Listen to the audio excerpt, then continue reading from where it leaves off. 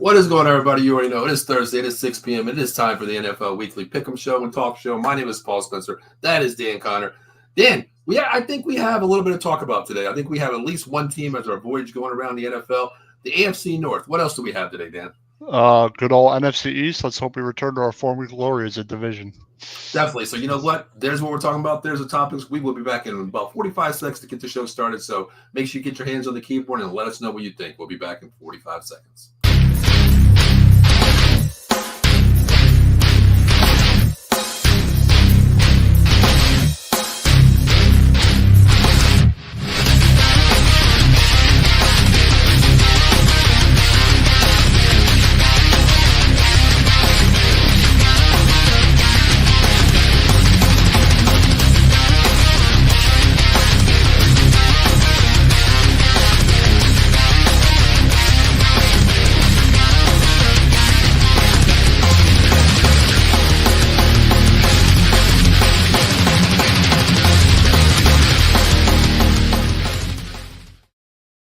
All right, Dan, it's time. Can you believe we're like 1 week away, really, from NFL football, the real start of the season?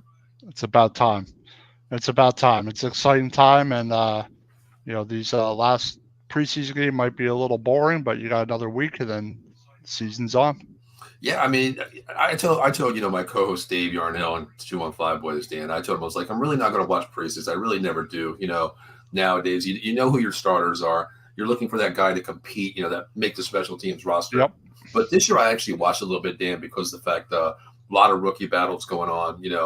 I want to see our wide receiver unit, basically 2, 3, 4, 5. I want to see who they were. But, Dan, I know this week, man, I ain't going to watch crap, dude. Nobody's playing this week, Dan. You know what I mean?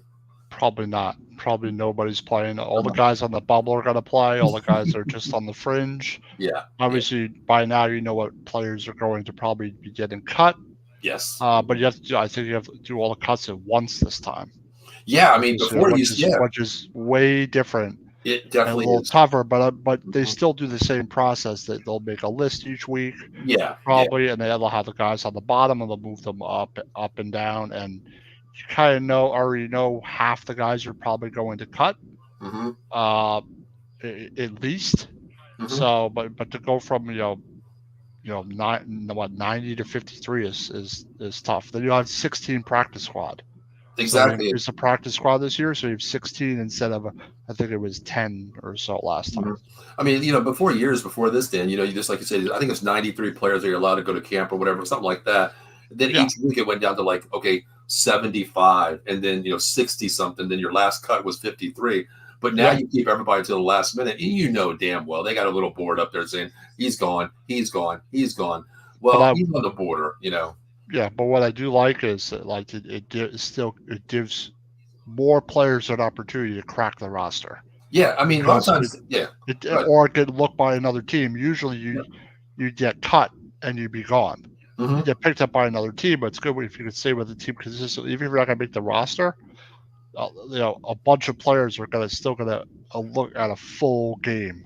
Exactly. And it's still NFL speed, and you're not going to play the stars, but you get a full game to really test them again. Yeah, I think it's like an audition tape, Dan. At least you put, you play one quarter of this game, you play half the next game, you put a quarter. You got at least a whole game of audio and video of watching this guy play. He could get picked up anytime, I mean. Exactly. And plus, you're always looking at that one kid to make that super hit on special teams, force a fumble. That guy would be like, okay, you know what? He was here. We're going to move him up a little bit because of that one hit. That's what you're looking for, the audition. But you think about it, special teams is a little more valuable now because that rule, you're going to be able to get a kickoff return if you block it up right and do it right. You'll be able to return and get better field position. So it's going to become a little bit more valuable. Definitely. Unit, I think. I think it was still valuable. It is for field goals, but the field goal kicking unit is different than the kickoff return unit. But you know what? I was telling Dave too, Dan, before we get into our divisions here. I told Dave, I was like, if you think about this, with the kicking rules now, if you kick it out of the bounds or it goes into the end zone, they automatically get at the 40-yard line, Dan. And nowadays, with these kickers now, Brandon Aubrey just kicked a 66-yard field goal, Dan. He only has to move 10 yards from that 40-yard line to be in his range. This is insane, the field position you get on an out-of-bounds kick at the 40-yard line. you're almost in field goal range. 1 first down, you have a good kicker, you got 3 points. Yeah, I've seen them be pretty good though. They've pretty either in the landing zone or in the end zone. They'll have to adjust how they kick, That's I true. guess. That's true. Yeah. And it's all a strategy. Do you want to catch it in that zone and get a tackle? But I still think that that's what a lot of your younger players are going for, to make that unit. That's what some players make the roster just because of that. So. Yeah, exactly. I mean, well, let's dive into this, Dan. We have 2 divisions left, of course. We have the AFC North and, of course, our proud NFC East here. So we'll start with the AFC North, Dan. Dan, this division has really been a battle for the last 3 to 5 years, basically. I mean, 4 teams that can compete. The Bengals were injured last year with Burrows not playing. The Browns don't really have a QB. The Steelers are, just gave away their QB, brought in 2 QBs. The Ravens are still the top of the class, but Dan, I don't know where we're going to rank these, but how about we start at the bottom of the division last year? And that would be the Cincinnati Bengals, wouldn't it? Yeah, the Bengals. The Bengals. Let's talk about them, Dan. Oh man, where do we start? And they still won 9-8. Isn't that amazing though? With no offensive line, a quarterback that gets injured so bad. I mean, we had Browning play last year a couple games, and he played okay, but when your star quarterback, the franchise Joe Burrow, doesn't play and you still go 9-8, that's pretty good. He played 10 games. 10 games, okay. So he missed 7, okay. But if the key is obviously him staying healthy. Yeah. Browning is not horrible, but he's not Burrow, and he's gonna make a difference like Burrow does. And that's the thing about Burrow. He tends to be banged up and not stay healthy. For the Bengals, I think that's really important. Their offensive line, I can't say it's going to be amazing. They have Orlando Brown Jr., but Trent Brown, I mean, they're not horrible, but their offensive line needs to be better. But it's all about Burrow.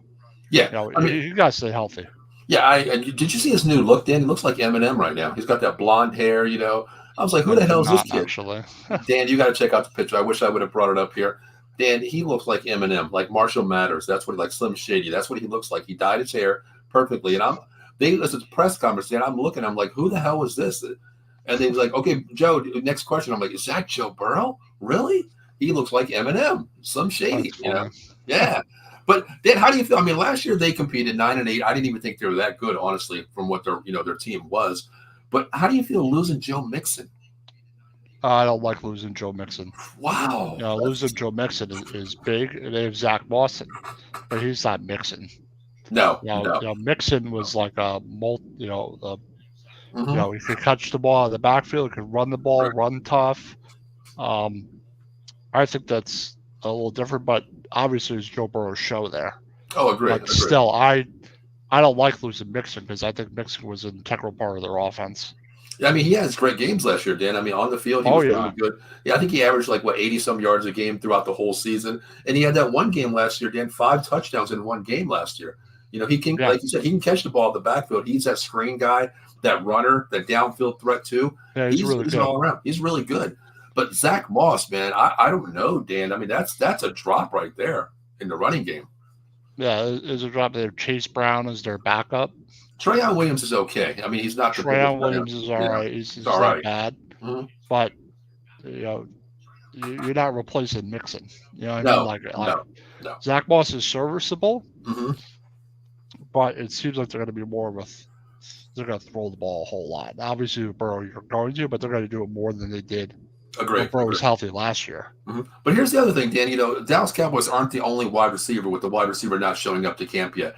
Jamar Chase is not. He's at camp, but he's not participating. He's on the sidelines. He's 100% healthy. He's not participating because he wants a contract. But then he has 2 years left on his contract. He wants a long-term deal before he touches the field. He'll get his long-term contract. What's he worried about? He's going to get a long-term contract. That's what I mean. You have 2 years left. Like, okay, I see. He'll get it this year, I imagine. I imagine it'll happen this season. But he's not. He says his quote is, "I'm not playing until I get an extension after my 2 years added on." He's not touching the field. He's on the sideline, playing football with people, not even in practice, really, Dan. I don't like that. I don't either. Attitude. I don't like that. I guess you're a great player, but this. I don't know. I don't know if I like that. I don't know what they're cap situation is. Mm-hmm. I haven't looked at their cap situation, but I think you should still be on the field working with your team. I don't know what he's worried about. He's going to get a long-term deal. Oh, of course. It's Jamar Chase. Yeah, I mean, he's top five no matter what. I don't know why he's worried. Exactly. And especially you have 2 years on your deal. You have, I can understand if it's 1 year left on your deal. Same with the CD Lamb going into the contract. That's fine. 1 year. But, brother, you got 2 years left. Don't worry about it now. But, Dan, the wide receivers, T. Higgins wanted out of there too, Dan. Remember? They were going to franchise. He didn't sign that. He wanted out. I mean. I'm keeping T. Higgins, to be honest. Yeah. But Higgins, carried them last year. When I think wasn't Chase out a little bit? Oh, yeah. He was out for and Higgins had to step in. Yeah. And I never thought they were going to get rid of him in the first place. They may not have been able to find the right deal. Right. But I think they would have traded him, but I think they were asking too much. Yeah. In return for him, and it makes sense that he's still there. Yeah. Without T. Higgins, you have just Jamar Chase. Exactly. I mean, and you already lost Mixon. Exactly. I mean, your weapons are depleted if you lose, either one of them. You have to. T. Higgins is going to play this year. Of course, we know that. But you know what? Chase, they have to find a way to get Chase on the field, because without Chase, man, especially losing Mixon. I understand he's Joe Burrow, Dan, but who are you going to throw the ball downfield to? Exactly. It puts them in a tough bind, because they're going to figure out what they're going to do. Yeah. Even though you're going to offer him a contract, I think he would get it mid-season or a quarter way into the season anyway. I think so too. I mean, if he plays up to Jamar Chase possibility, his seating, I think they'll pay him no matter what. I mean, you look at tight end Mike Gesicki. He's been a journeyman. He's not the same that he's been forever. Serviceable. Yes, I get that, but he's not that. If Jamar Chase is out there, he's not that Jason Kelce, Ferguson that can carry the show. Kittle, he's not that guy, Dan. If you have 2 weapons out, he's not the go-to guy to get you downfield and carry the team. So definitely not. No. But how do you feel about the defense? I mean, I like Sam Hubbard on the elite defense. I like Hubbard. BJ Hill, I think, is good. Mm-hmm. I think Rankins is good. Yeah. Mm-hmm. I don't know how their secondary is going to be, but I think their defense will be all right. I don't think it'll be great, though. Yeah. But I do think they have some nice pieces. Yeah, my question is secondary, though, Dan. I mean, you think about it, Jordan Battle, Geno Stone at free safety, DJ Turner the second, and Mike Hilton. DJ Turner is going to be good. I mean, he's a good corner. I agree with that there. The corners, I think, okay. Cam Taylor will be okay, but Geno Stone, I really don't know much about him, Dan. I mean, safeties out there. This division has some people that can push the ball downfield, Dan. Yeah, without a doubt. It's like your secondaries have to be good. The linebackers are Logan Wilson, Jermaine Pratt, Akeem Davis-Gaither, and Dan Taylor Britt. Yeah, I mean, they run a 4-3, but those linebackers, Dan, I mean, that's not your name brand linebacker there, because you're going to have to be covering, especially in division. Division's gotten better, Dan, especially when you're playing the Ravens. Well, you got Andrews, you got Njoku, and then I don't know, the Steelers have a tight end, but it's tough in that division. Especially Andrews is good, man. Yeah, I think they still have Pat Freiermuth too, don't they? Steelers. Yeah. Yeah. Okay. Yep. Yeah, but yeah, you're right, and especially which we'll get to the number 1 seed in the division. You're going against Derrick Henry now, Dan. I mean, that's pretty solid coming up the middle when you have a 250-pound running back that runs full speed, not around you, through you. Yeah, exactly. So your defense definitely has to be good, but like I said, if Burrow stays healthy, Chase gets on the field, they stay healthy. Agreed. I think their offense will still be good, but I think Mixon changes it a little bit. I agree too. I mean, what do you think their record will be, Dan? Now, what were they last year? 9-8. So I mean, 9-8. That's not bad though, Dan. You think about 9-8 in this division. That's not bad at all. Mm-hmm. It's definitely not bad at all. I think Burrow came back and they started winning games or something like that. But to go 9-8 last year is impressive. Yeah, I agree. I could see them winning 10 games though if they stay healthy. Depending on how their defense is, I think the division's going to be close like it was last year. Yeah, I'll say maybe 10-7, maybe 11-6. I mean, if they stay healthy and Burrow has a good season, with Burrow they could win games. I know they could win games. They went to a Super Bowl. Yeah, exactly. Agreed. With no offensive line, so I know they could win football games if they stay healthy. Yeah, two things, Dan. Go ahead. No, go ahead. Well, two things, like you said, I agree with you 100%. Joe Burrows has to stay healthy. That's number one. Of course. They did get to the Super Bowl with no offensive line, like a turnstile offensive line. The question is, just like you said, if he can stay healthy, can that offensive line keep him upright? Because, Dan, this is the first time, really, that he's went into preseason without an injury, Dan. First time ever. Which is good. He's always, because the first year, he tore his ACL? Yeah, and then with something with the finger or something like that. Then with the finger, so it's good that you get off the ground running and start the season. Yeah, but he only played 10 games last year, 10 games his rookie year, right.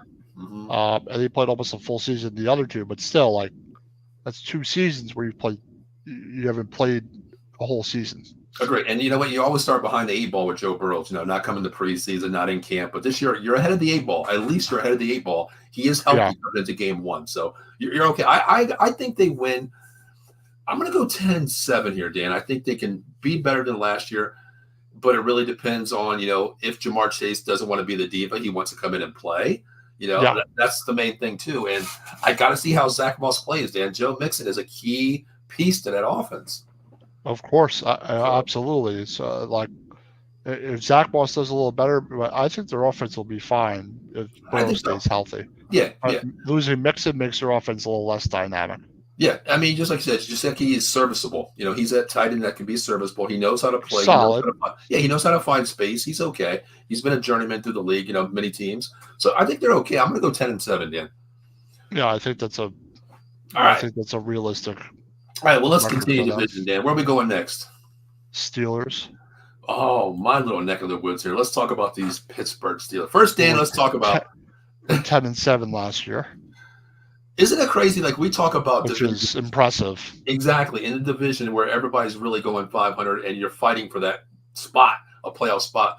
But then I think we have to talk about it first. Russell Wilson, Justin Fields. We have to start here, Dan. What do you think?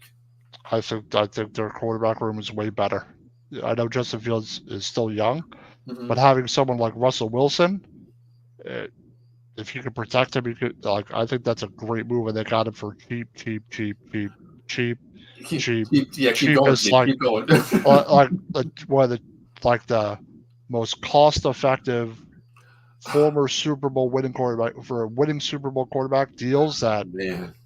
I've never seen anything like that. His caliber, on the open market, if he was getting a regular contract, big time. It costs you way more than what it did. It's it's funny, $1.5 million, something crazy like that. Isn't it crazy that you have 2 quarterbacks, a future, a franchise Super Bowl winning quarterback in Russell Wilson, a top, still young quarterback in Justin Fields. But you know why I like it? But you're paying less than $6 million for both, Dan. It's exactly. a situation. But also, Russell Wilson's getting older. Maybe Russell Wilson could teach him because they're similar type of players. Fields is more athletic, but maybe that's a good thing for Fields to play behind Russell Wilson for a season. But the thing is up here, Dan, my friend I was telling you backstage, my friend's a beat writer for him, and we were talking, he took me to one of the camps. Justin Fields looks like he's outplaying Russell Wilson right now. He's a young, talented quarterback. You can't say Fields doesn't have talent. Right. He's got arm talent. He's athletic. I didn't see him play the other night. I don't know how he did in preseason. I haven't watched any Steelers, to be honest. Yeah, I haven't watched really a lot of preseason. Also. But at least if Wilson gets hurt, if being how well coached they are, that's how well coached they are, and they're in a better position than the last team he was on. Agree. I think Fields, if Russell was going, I think Fields could come in there and be serviceable for them. I agree. I mean, you got a 1-2 quarterback here, a good punch. I think it makes sense. But the thing is, with this one here, Dan, sense. They should put packages in just for Justin Fields. Absolutely, because you'll be able to bring him in. You know he's going to be effective on certain types of packages and plays. I mean, he could look like a Lamar Jackson package. You could pull a fast one and put Fields next to Wilson in a set. Now you got my mind racing. And you can hand the ball so he could throw it. Just run him on a little toss out there. You know what? Because I'm just saying. He's like a running back. Your linebacker has to come in and commit to him. I know it's like a stupid idea because he's a quarterback, but still, I mean, for certain ways, you might be able to really mess with the defense's head because they wouldn't. I don't know. I think that'd be funny. I think I don't knock it. I think I'd probably see it this year. I mean, it's a gimmick play. You got that somewhere on the play sheet, Dan. You have to have it somewhere, right? I mean, I would obviously think so, but their running back, Dan, Najee Harris hasn't had the best years in the last 3 or 4 years. He hasn't. But Jalen Warren's still a serviceable back too. I think and Cordell Patterson, he could be that little X factor too, Dan. I mean, I think Cordell Patterson's a real smart pickup for them. Yes, he could do it all. He could run the ball, and I think they'll use him more than you think. I don't think he's going to be the third running back all the time. No, I think he's so effective, and on a team like the Steelers with how they like to run the ball, I like Cordell Patterson. I like that.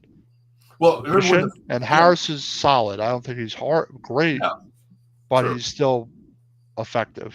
Agree. I mean, even when Cordell Patterson with the Falcons down there, they had Algier down there as a running back, and Cordell Patterson was playing great. Algier came in and played better. They moved Patterson over to like the slot, put him in the backfield, moved him in the backfield, moved him to slot in the same play. So you're thinking like, okay, well then now they got 2 running backs. They got to go to Algier. Oh no, they toss it out to Patterson. That is a great pickup, and it was done early this year too, Dan. That's the thing. He's extremely effective runner. Mm-hmm. Yeah, but he could do everything, and that's why. Great. That's why you do that. Mm-hmm. I mean, I like the wide receiver. Jordan Pickens last year, he kind of rubbed me the wrong way last year, Dan. When remember we talked about on our show where he said, why do I need a block? Why? I'm not getting paid to block. Yeah, remember right. How he did that. Then after that, they play well. Yeah, Tomlinson. Remember we said Tomlinson must have lit a fire under his ass. Next week he came out for like 180 some yards, 2 TDs, but they have a good wide receiver room. Dan Jefferson's a journeyman. He played with the Chargers. He's good. Now, the one guy that I really like, Roman Wilson from Michigan University. I like Roman Wilson. Was he selected last year or this year? Yes, he was drafted this year. He was just drafted this year. Roman Wilson was that number 1 receiver they had, right? Number 1 or something like that. Yep. Mm-hmm. I think that's a good pick for them. You have, I like Quez Watkins as a backup. Agree. He's a speedster. Quez Watkins not bad. Mm-hmm. I think their receivers are good. I think their offensive line's not bad. Agree. I mean, I think the Steelers will be good this year. I'm not going to say amazing, but they were 10-7 last year. Agree. Yes. And their quarterback position's upgraded. Of course. So that's having Russell Wilson. Unless Russell Wilson plays horrible, which I doubt. Mm-hmm. I think they could win 11 games. I think they could end up right where they were last year, but their quarterback room is just better. It makes them just a better team. I agree. And the thing is, tough division though. Oh yeah, a lot of teams, they go. And I'll say my team. Dak has a playbook. Cooper Rush comes in. It's a vanilla playbook. It's totally different. With the Steelers, you really don't have to obscure your offensive playbook. Both of them are running quarterbacks still, even though Wilson's up in a little age. Justin Fields brings you that more mobility, but the playbook is really balanced with both these quarterbacks, Dan. You don't have to change it that much. Exactly. So I think their offense will be solid, and then you have the defensive side of the ball. Like Cameron Hayward, T.J. Watt. And then you bring in Patrick Queen at linebacker? Patrick Queen, Joey Porter Jr. Yes. And Michael Patrick's good, too. I love him. Patrick. I like I think their defense will be pretty solid. Especially with Watt. When you have Watt on the field and Cameron Hayward, those two guys are definitely about it. Watt is a menace on the edge there. But can Watt stay healthy the entire year? That's another thing. Like if TJ Watt goes down, their defense is just different. Agree. Obviously, but staying healthy is always important. Mm-hmm. But I do like Patrick Queen. I do. I like their defense. I like their defense. I think they're very solid. They're really not that old too, Dan. I mean, their secondary is really young. Porter's brand new. Fitzpatrick is not really old as well. The one guy that I really like, Dan, they signed him about 2 weeks ago. I remember watching this guy in college, Tyler Makovich. He played at Temple University. He was really good in college. Then he went to, I think he went to Buffalo, New England, never found the way. He was drafted by Belichick, I believe. It was the Patriots. never found the way. But this guy's a lunch pail guy, Dan. He can come in and give you, certain kind of plays. He'll put his helmet down no matter what it is, and he fits that type. Well, yeah, exactly. He fits it. He fits the Steelers perfectly. I think Ellen Don Roberts is ahead of him. Mm-hmm. Alex Highsmith is the other linebacker. Larry checking. He's the host of the Part-Time Marks. Check him out every 10:30 on the box here. He actually went to one of the training camps there. He says that O-line is awful. I think they're going to be a lot better than they look. Can I tell by training camp? I don't know. Yeah. But I don't think they're going to be great, but I think they're better than the Bengals offensive line. He says 77 can't block his kids getting into the refrigerator. Oh my God. Well, I don't know which one 77 is. Yeah, I don't know who 77 is. I don't watch him that much on the offensive line. But Salomao is a good guy. He played with the Eagles. I mean, Broderick Jones is a solid guy on the left side. Now, what I'm really worried about, if it might be Dan Moore, Dan Moore Jr. I've never seen Dan Moore Jr. The left tackle, and that's something where left tackle. They took what's his? Is this the same guy? Fianatu. That's right, Troy. That's right. You're right about that. I think he'll probably be the starter. I agree. That's right. I do. Yeah, that's right. I forgot about Troy. I mean, they took him. He's going to be the staple point, the franchise left tackle. So I think they'll be good there. And he went to Washington. And with this offensive line, Dan, you really don't need the most athletic offensive line by blocking wise, because you have two quarterbacks that is going to move the pocket. Russell Wilson can move the pocket and use his legs. Yeah. And that's what you're going to need. Mm-hmm. But there's no way Fatanu, is that how you say it? Yeah, I guess it's Fatanu. Yeah. Fatanu. Mm-hmm. I think he'll be starting over Moore. I don't see why not. Larry's talking about the right tackle, Broderick Jones. I mean, they can get away with a less competent right tackle, honestly. I mean, you think about it. If it was a left tackle, I'd be concerned. I would be a lot concerned with that one there. Yeah, the right tackle, I of course you want to block, but that left tackle position, Dan Moore Jr. is not going to get it done. Okay. He said 77 got called out all last week. That's why Russ got nothing going. I mean, it's still preseason. They're still working kinks out there. It's vanilla. There's no plays in there. Yeah. I'm going to see how Fields is done. Mm-hmm. Fields got start. Russ not in fast enough with that O-line. I mean, I look at it as preseason. I mean, I'm not going to. I get what you're saying. Yeah, I agree with 200%. But my thing is, it's still preseason. They're still working it out, because the offensive line, you don't know if this guy meshes well. If he's a run block guy, he's a pass guy. We don't know yet. I mean, I know the left tackle is going to be solidified. I do think that Dan Moore loses his spot to Ben Tua, but he is questionable. I think he's injured for some reason. I don't know what it was or something like that, because I didn't have him on my list to talk about, because I think he was injured. But Dan, that defense can carry you, man. This defense is nasty. They're nasty. I do think the defense is pretty good. Mm-hmm. I think their offense would be all right if the quarterbacks can play well and stay healthy. That's true. I mean, they do have two serviceable, quarterbacks too, so I think they'll be good there. But keep in mind, I don't watch the Steelers a lot, so I don't know the details about how good some of their players are. What were they last year, Dan? What was the record last year? 10-7. 10-7. That's not bad, Dan. The crazy thing is Tomlinson has never bad. Tomlinson is record well coached. The crazy thing is Tomlinson record. He's never had a losing record, Dan, ever. Nope. And I remember last year was it last year or the year before? They were 2 games out and they had to win, and they found a way to go over 500 for Tomlinson. Yeah. I mean, it's amazing. I mean, they respect the coach. I respect him. He's a hell of a coach. But what do you see this year, Dan? 10-7, and probably one of the, if not the toughest division in the NFL, Dan. Man. I mean, we gave the Bengals one game because of Joe Burrows. I mean, they upgraded their quarterback position, Dan. Their defense got better. 11-6. All right, so we're bumping up one game. I don't see how that could be worse than last year. I don't think so either. They upgraded spots, Dan. And plus, Dan, we didn't even talk about it. The Ayuk situation. They could still get Ayuk too, Why the Steelers fans are the most delusional fans on the planet, no matter what kind of team they got, they are still playoff contenders somehow.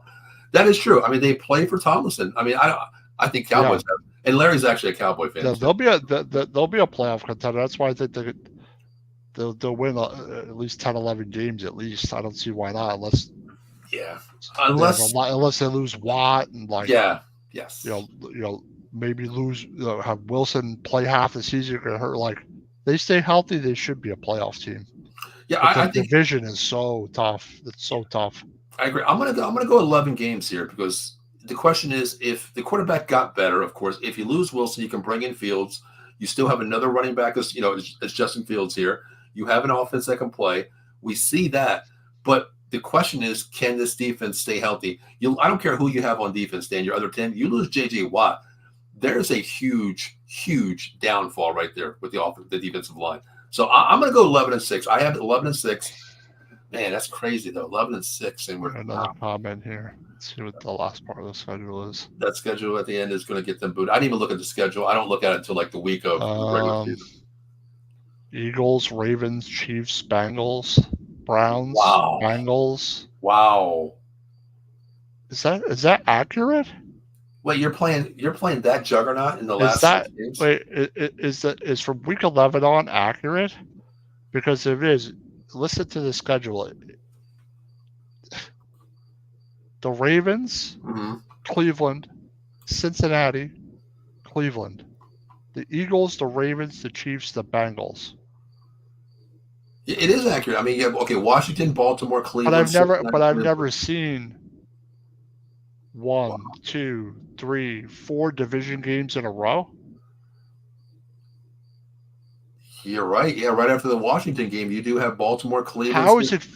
Are other teams like that? That's crazy. Baltimore, Cleveland, the Bengals, and Cleveland. You know what? I've never seen that before. I might have to flip this a little bit because I think about it now. I mean, Washington's still going to be tough. You're going away there. I think the Browns are not going to be as good as last year. Call me crazy. Oh, okay, but you have them in week 12, and then you go to Cincinnati, then you have Cleveland again. Yeah. Then it doesn't get any easier. Then you have Philadelphia going to run you out of the building, and then you have Baltimore, then the Ravens again, and then you have Kansas City. Then the City, Chiefs, then the Bengals. We know Kansas City can be 3 games out of the playoff spot in the back end of the season. They're turning. It doesn't matter.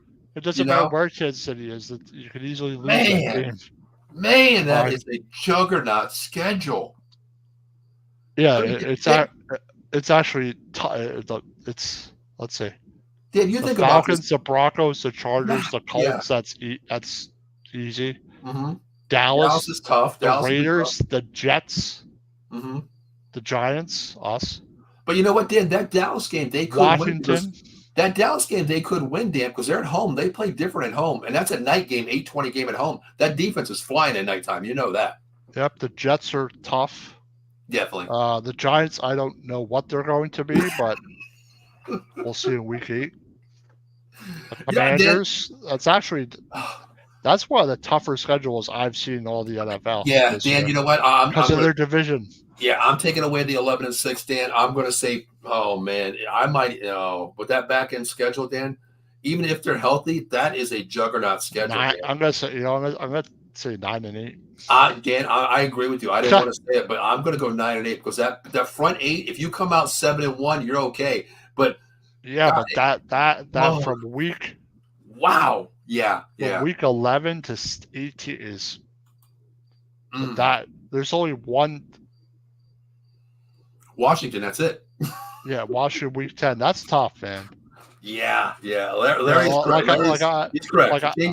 I always look at the schedule, and now I want to go back and look at Cincinnati schedule just a second. Larry called it right here. Changed the schedule a little bit, and then the next comment was, "Yeah, I changed your opinion. You definitely did after seeing that schedule." Thanks, Larry. I appreciate that call right there. Cincinnati schedule is nothing like that. Yeah, it's New England. They get Kansas City early. Washington, Carolina, Baltimore, the Giants, Cleveland, Philadelphia. That's a tough little stretch.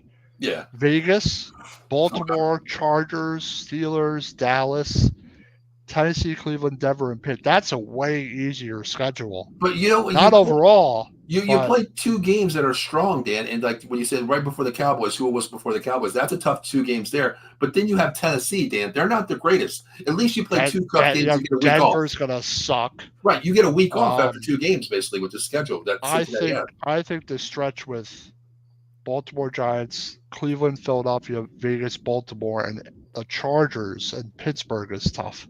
But they have 4 division games in a row. That's the craziest thing I've seen. I've never seen anything like that on the Steelers schedule. You know the crazy thing is, I hate saying this. I think it's a little conspiracy here because of the fact that we always know Tomlinson is searching that 500 gap every year. That back end of the schedule is going to prove if he's going to go 500. Did you do these? Never seen anything like that in my life. No, they have the worst schedule. Yeah, to me it looks like because of how good their division is. Yeah, like we got off on a little tangent. I have to look at the schedule for the teams for me to really gauge it because their roster, are they improved in certain positions, and their schedule. Their schedule is going to be. Oh, you put that up? Nobody in the league has many tough games as Steelers toward the end. I mean, their back eight is nasty. I mean, that's God. Titans are a better team. It's like all playoff teams almost, like pretty much almost from last year. Yeah, I mean, we did talk about the Titans. I don't think they're going to be. I think they're going to be under 500 this year. I think they'll be under 500. I don't think they'll be like dumpster fire though. It's going to come down to Will Levis. I think the Broncos might be the worst team in the AFC period. I think so too. You know what? Yeah, I kind of agree with that too. I mean, they're still searching right now. They're searching. They're building. But the Steelers, after seeing that schedule, that gauntlet, oh God, I'd say 9-8.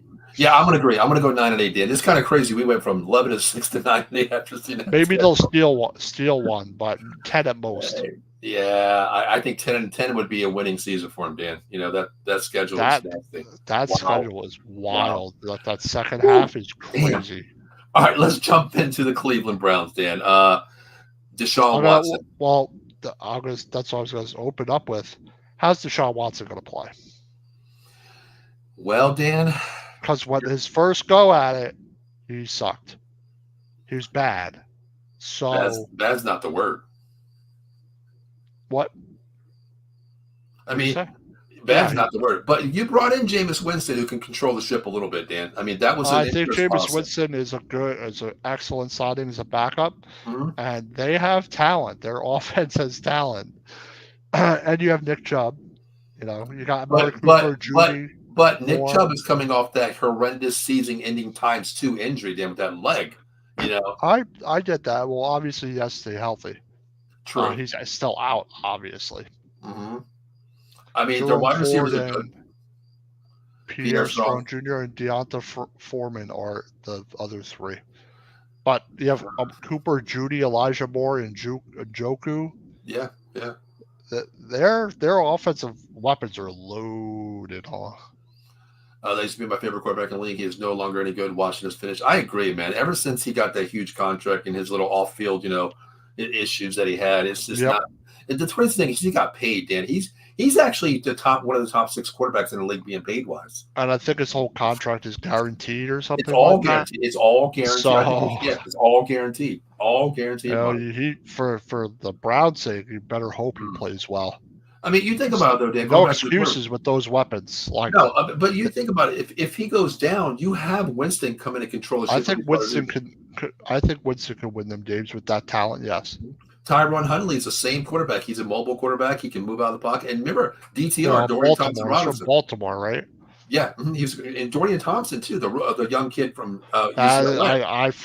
I forgot about Dorian Thompson. Yeah, I love him. I forgot about him. Yeah, he has a good arm. I forgot about him. Yeah, DTR. Actually. I like him as a quarterback too. I think that is the. I want to say he is the clipboard guy, Dan. Maybe 2 or 3 yards down the line. That's what I think he is. Hey, Eileen, how you doing? What's up, Eileen?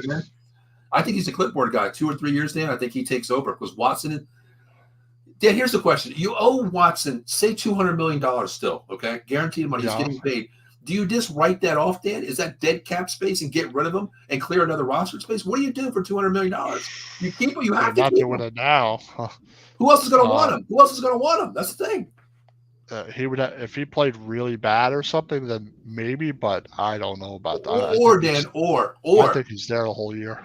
Big or here. We talked about Russell Wilson. He's only $1.6 million for the Steelers.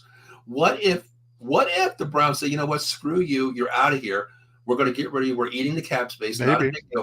Then somebody picks up Watkins for an insurance policy at $1.5 million a year. That would make sense to me. A second quarterback. That would make sense. That would make sense to me. Great. Winston will only be good as long as he does. The turnovers will start happening. They have so many weapons, they still can't use them properly. I agree too. I mean, They have the weapons. Amari Cooper's still not the youngest guy, but he is a physical wide receiver. Judy and Moore are still young, and Njoku is really good. Judy and Moore can take that ball downfield, Dan. They're hybrid wide receivers that can move that ball downfield. Yeah, so, I think that I think their weapons are really, really good. So there's no excuses. Agree.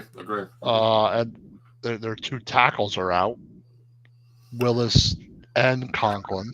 Yeah. The offensive line, I don't know about that. Wyatt Teller, isn't he a draft pick? Is he a rookie? I believe he is. The Wyatt Teller is a draft pick this year. Yeah, I think so. Yeah. Yes. Sheldon Lewis checking in with my fellow Cowboy guys. What's going on, Sheldon? Sheldon? Thanks for checking in, brother. Appreciate your you. Offensive line, I think. I know the Browns got weapons, but I don't know about Watson. But you know, I don't know that division. Maybe. I mean, they were good with Flacco. But here's exactly. Flacco came in and revitalized the whole team. That's craziness. Then they got rid of his ass. They got rid of him. You know, but I mean, in this division, this division is built on defense. We know that. But this defense is nasty too. This Cleveland Browns defense is really good. Defense is really good. You don't have to put up 30 to 40 points to win a game in this division, Dan. I mean, 20. you put up 20, you could still win in this division, even less than that. It's so good, this defense. Myles Garrett, Dalvin Tomlinson, Shelby Harris, Zadarius Smith. Yeah. Owosu Koromoa, Jordan Hicks, Devin Bush, Denzel Ward. Yeah. Greg Newsome is second. He's out, but Thornhill, I mean, Delpit. Delpit's good. Out of LSU a couple of years ago, he is a nasty hitter. He was one of the top corners, I think, coming out. But their defense is loaded, so you don't got to score a lot of points. Watson got so much to prove he can't live up to. I agree, man. This is is it? You know what, Dan? Is he the first quarterback ever to get the all guaranteed contract money up front ever? I think he is, isn't he? Yes. I've never heard that before in my life. I've never heard that. My bad, guys. You got me stuck. I am enjoying this conversation. Appreciate it. No problem, man. Appreciate you. We got to talk about each team and their defense and their offense and what we think about their outlook. But their defense is really good. Like that's the thing about the Browns. That's what might get them to the playoffs. Probably, obviously, is their defense. I agree. I mean, you really don't have to have the huge offense, Dan. I mean, if the offense puts up 15 points, this defense can get the ball back, and they can create 3 and outs, Dan. I mean, they can with this defense. It's just going to be, to me, I think it's going to be field possession football with this offense. Keeping the play going for a little bit, not having a 3 and out constantly, getting your defense on the field, making them, healthy wise. You got to keep them fresh, basically. I want to say, but if you can move the ball downfield, this defense can win you games, Dan. I mean, Myles Garrett, he could be Defensive Player of the Year if he plays correctly and keeps his head on right. He could be that TJ Watt, that Micah Parsons type player. He really could. Absolutely. Yeah, absolutely. Yeah. So I think the Browns will be solid this year. I don't know if they're. What were they last year? They were 11-6 as well, right? Yeah. Damn. Wow. Where did we go, Dan? Let's pull up the schedule real quick. Let me pull up the schedule real quick. Yeah, they were 11-6. Okay, here we go. They open up against Dallas, of course, Jacksonville, New York, the Giants, Raiders, Washington, Philadelphia, Cincinnati, Baltimore, Chargers. That's your first 8. I see 4 wins there. Easy 4, possibly 5 wins. Let's see. Fuck that. They're not beating us. Fuck that. What'd you say? What did you say? Upset alert. Early upset alert. Lock of the week by Dan Early. Here it is. Week 3. Wow. Okay. Go Browns week 1. Yeah, whatever, Dan. They possibly could because we don't know where half our players are at right now. They didn't sign yet. Yeah, I could see 4 wins there. Okay, I'll say 4 as well. Maybe 5. Maybe they beat the Chargers because their defense is really good. Maybe. Well, I think the Chargers are still in a rebuild mode right now. I mean, Herbert's still on the shelf, Dan, with that planner, but with Midas too. Well, this is week 9. He should be back by then. But I don't think that's the easiest schedule. I see 4 wins, and then they got the Saints, the Steelers, the Broncos, the Steelers, Kansas City, Cincinnati, Miami, Baltimore. Ooh. Dan, they have a 7-game stretch. It's pretty damn tough. After the Saints game, Pittsburgh, Denver, Pitt again, KC, Cincy, Miami, and Baltimore. That's tough. Because that's Miami tough at the end. Yeah, because right there, Pittsburgh and Kansas City, or Pittsburgh and Cincinnati is going to be fighting for the division because they're going to be locked up in that situation. Kansas City wants the home field advantage at that point. Miami is going to be battling, the Jets in division. They want home, a better seed. Baltimore in the division game, the last game of the season. Oh man, this changed my mind too, Dan. Comment here from Shelton. Cleveland is a sleeper coming off a playoff appearance. If it clicks, they can head to steal. I agree. I mean, I think they could do that because their defense is so good, and they have a lot of weapons. All they need is consistent quarterback play, and the division is going to be close. So we're banking it was last year. So we're banking on Deshaun Watson to play like Deshaun Watson, the Houston Texans. So Deshaun Watson just needs to play well. Okay. He just needs to play consistently solid. All right. The defense they have, they'll win games. He doesn't need to play amazing, in my opinion. Agree. So looking at the schedule here, Dan, I mean, we got 4 wins coming out of the first half of the 8 here. That back half, that 7-game stretch at the end, Dan, is really changing my mind of going maybe 11-6 to 12-5 here. Where are you looking? I'm good. Dan, I think you take. Man, I don't know. I think they have the same record, 11-6. You're on 11-6. Yeah. God, I'm putting a lot of eggs in my basket if Deshaun Watson. They could easily win 12, though. I don't see why not if Watson plays well. Man, I don't know, Dan. Oh. Just the division is just so tough. It's always close. That's the thing. I mean, if they stay healthy and they play up to it, and Watson can play like Watson can play, I'll still give them 11 games. I'll go 11 games. That's based on Watson. At least that. I think they'll make the playoffs. Dan, this might be the division that gets 3 teams in the playoffs. I don't see why not. All 4 teams were over 500 last year. I agree. I mean, wow. I'm looking at that schedule. It's up there too. I still think the Steelers' schedule is brutal. Oh, that schedule's within the division. They have I haven't seen Baltimore's schedule, but it can't be that hard. Well, I mean, you know what the crazy thing is? It doesn't make sense to me. Real quick before we jump into the Baltimore Ravens here, it doesn't make sense to me because Baltimore won the division last year. They get the top seeds in the other divisions who they play now. They get the harder schedule. So we'll talk about the schedule last year, but let's look at their depth chart, Dan. How do you feel about their depth chart? I mean, what were they last year? 12-4 last year. Yep, the biggest addition is Derrick Henry. Oh God, good God, Derrick having Derrick Henry, and they were 13-4. I think they got Zay Flowers. I think their depth chart on offense is pretty good, actually. I agree. Aguilar, Bateman, Andrews at tight end. I don't think their offensive line would be terrible. No. I think on offense they are probably one of the toughest teams to stop. And Andrews coming back healthy too after that injury, that little horse collar where dip injury that he had. I think he's coming back healthy. That's a nice offense, but I think Larry Burke saying no more than 10 games because one game, the blow because something stupid. We're talking about the Browns, I think. The Browns, possible. Okay. Something always crazy happens in one of their games, but yeah, the Ravens, their offense is going to be. It's good. I mean, with Derrick Henry, even though he's older, that makes them much tougher. Because they have Henry and Jackson back there, threats to run the ball. And you know what, Dan? We talked about this. That's tough, man. I think that's tough. We talked about this last year. Zay Flowers cost them a game with that stupid bonehead penalty. Remember at the late half of the season? That first down taunting foul that cost them moving them back, and they cost them the game. Basically, they were in field goal range, pushed them back out of field goal range, and lost the game. He's a second-year player now, Dan. I think he's learned the course of the NFL. I think Zay Flowers is going to be easily. He's going to be good. He's going to be a good guy. I mean, Rashad Bateman. Flowers is a talented player, and Bateman and Aguilar are good or solid. Also, I think that. And Russell Gage is not bad too, Dan, off the bench. They have Russell Gage off the bench. Devontae Walker off the bench. Yeah.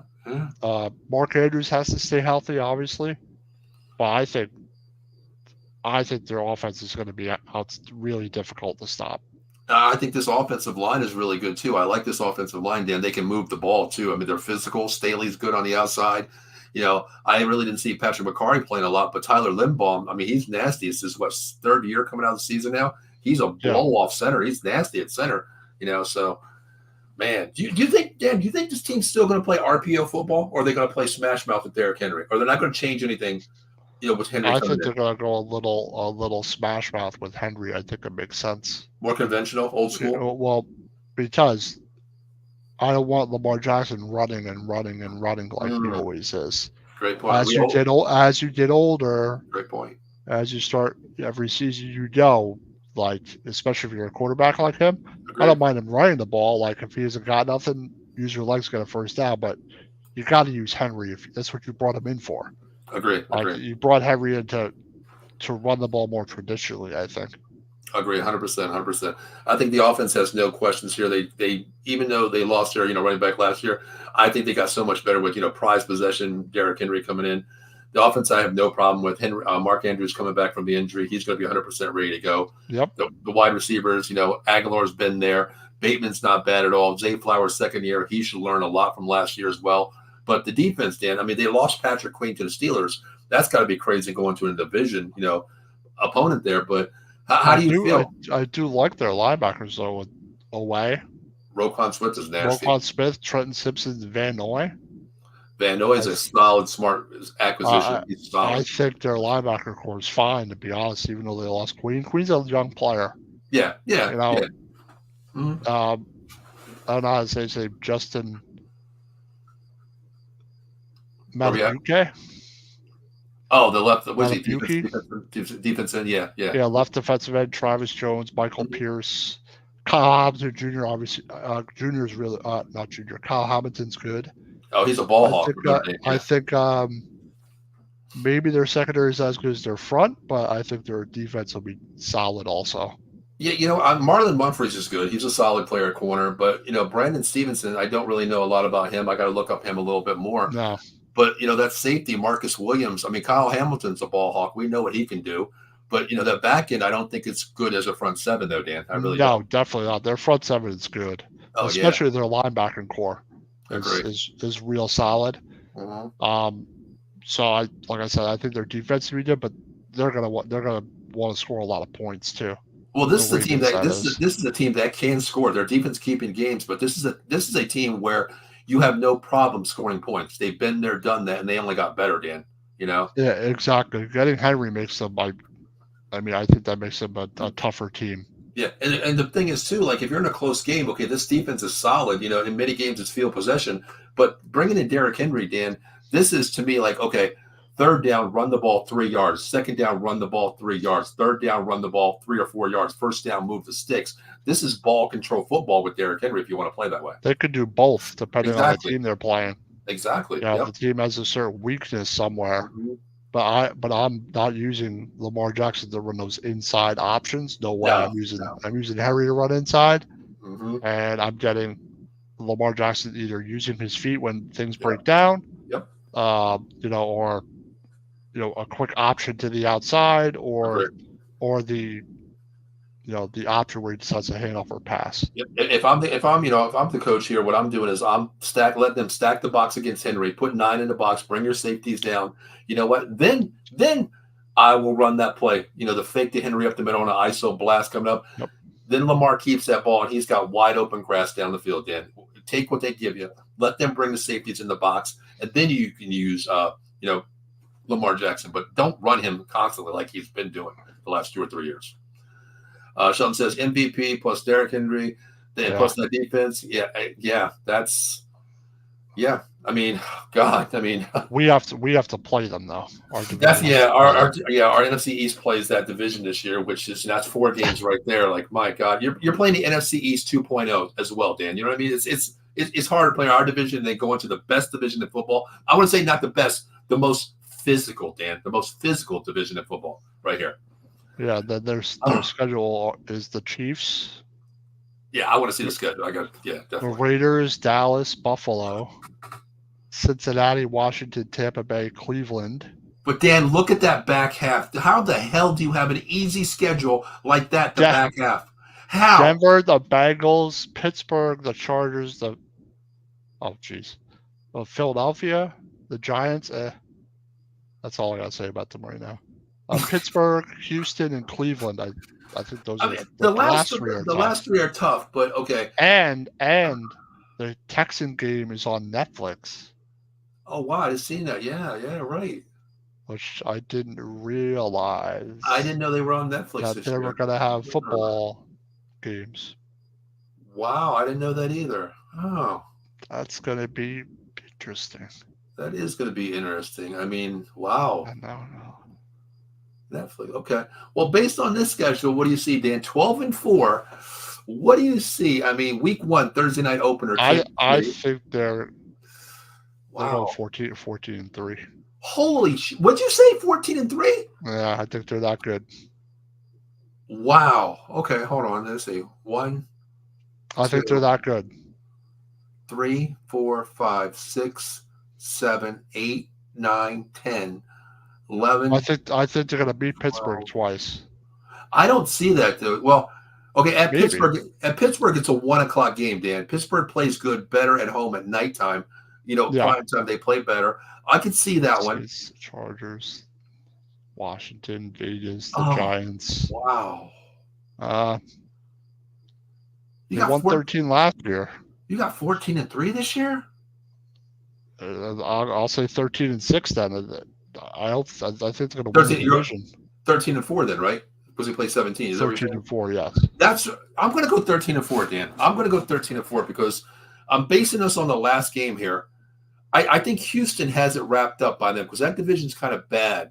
I think Houston will. Cleveland, their season could be. That's what I mean. It could be there or it could be over. Yeah, exactly. I don't think if us it could be over. Yeah, if Cleveland is in the hunt for the playoff in that division there to win a division or get a wild card, I think they play tough. But especially being on the road, Dan, or they're going to Cleveland actually that last game too. Wow. I'm going to go 13-4, Dan. I'm going to go 13-4 here. Wow. Yeah, I think they're the best team in the division. Okay, Dan, before we move on, based on scheduling, okay, look at this. The Ravens finished number 1 in division last year, number 1 in the AFC last year. Why the Steelers have the hardest schedule I've seen? That's what I mean. I mean, I don't. Why aren't the Ravens playing 4 division games in a row, like the Steelers, and like the Steelers and the Bengals twice or something? Somebody pissed. Tomlinson pissed. The Steelers and the Browns twice. It's insane. That scheduling is. I don't get it. That back end 8 games for them is insane, Dan. It really is. Oh my God. Crazy. All right, Dan. Let's go to our division here. We talked about the most powerhouse division. Let's move on to the most. Nobody wants to win a division twice in 18,000 years here. Let's go to the NFC East here, Dan. We're not going to start with the Giants, Dan. We are going to start with the Washington Commanders. Well, they finished last, so yes, it makes sense. This year. Yeah. But for the Commanders, obviously, they drafted Jaden Daniels. Looks good. He looks good. He's still a rookie, but he looks good. I think he's going to play well. I like their offense. They drafted Luke McCaffrey. He's going to be that guy, Dan. I think he's definitely going to put up some numbers this year. I do like Diami Brown from North Carolina. They took him about 2 years ago. Mm-hmm. Terry McLaurin, Brian Robinson Jr., and they brought in Eckler, which is a really good move for them. Yeah, I mean, he was cheap too, Dan. $6 million for $12 million for a 2-year contract. Very cheap, solid running back who really didn't play last year, Dan. If you think about it, he really didn't get a lot of mileage. No. So he's healthy. Brian Robinson's no joke. But how do you feel about Jahan Dotson? Why, Dan? Why did they get rid of Jahan Dotson? I have no idea. A rookie quarterback needs weapons, right? Why? Is it because that maybe Luke McCaffrey's outplaying him? That he's behind a Zacchaeus from the Eagles. He's behind a Jamison Crowder. You maybe think he's the 5th man out, so you know what? Let's get him out of here. At least we get a 3rd round for it. You think that's the case? Probably because he had an all right season. He had a good season. I don't know. Maybe they think Brown will take his place. They're pretty much mirrored players though. Maybe there's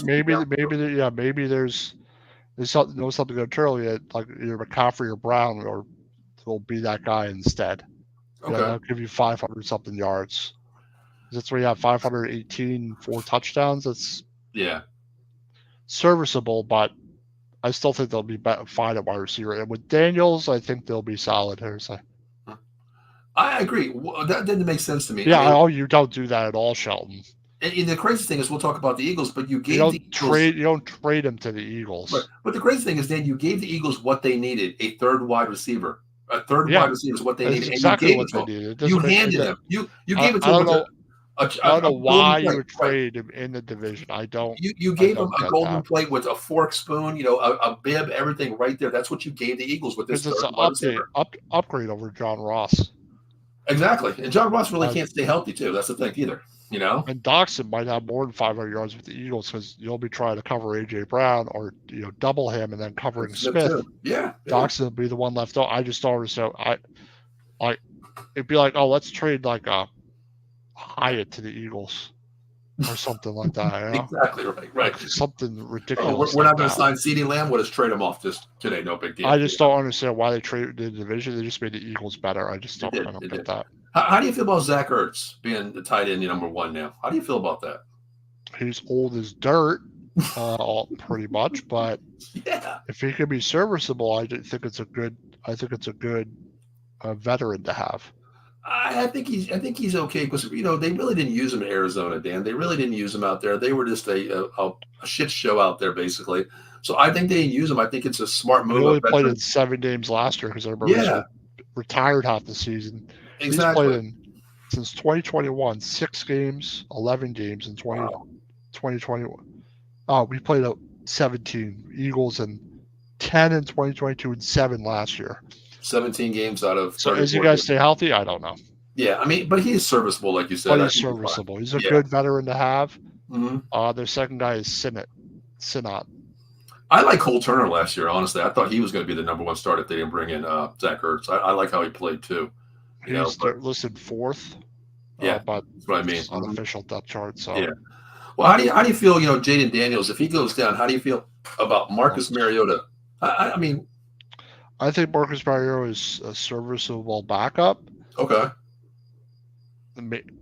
Since Daniels is a rookie, maybe something similar, but Daniels is so much more talented than Mariota is. He is. I mean, he has a deep ball. His reads are really good right now. He is a rookie quarterback. Jaden Daniels has immense talent, and huge. I don't think Washington's going anywhere anyway. You don't think so? I don't think they're going to go with the playoffs this year. Okay.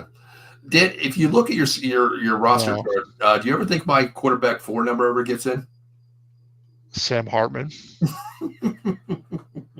My Mr. Notre Dame 26-year-old Sam Hartman as a rookie. Do they ever think he ever sees the field? Maybe this week he'll see the field, Dan. In preseason. This week he'll see the field, yes. In preseason he'll see the field.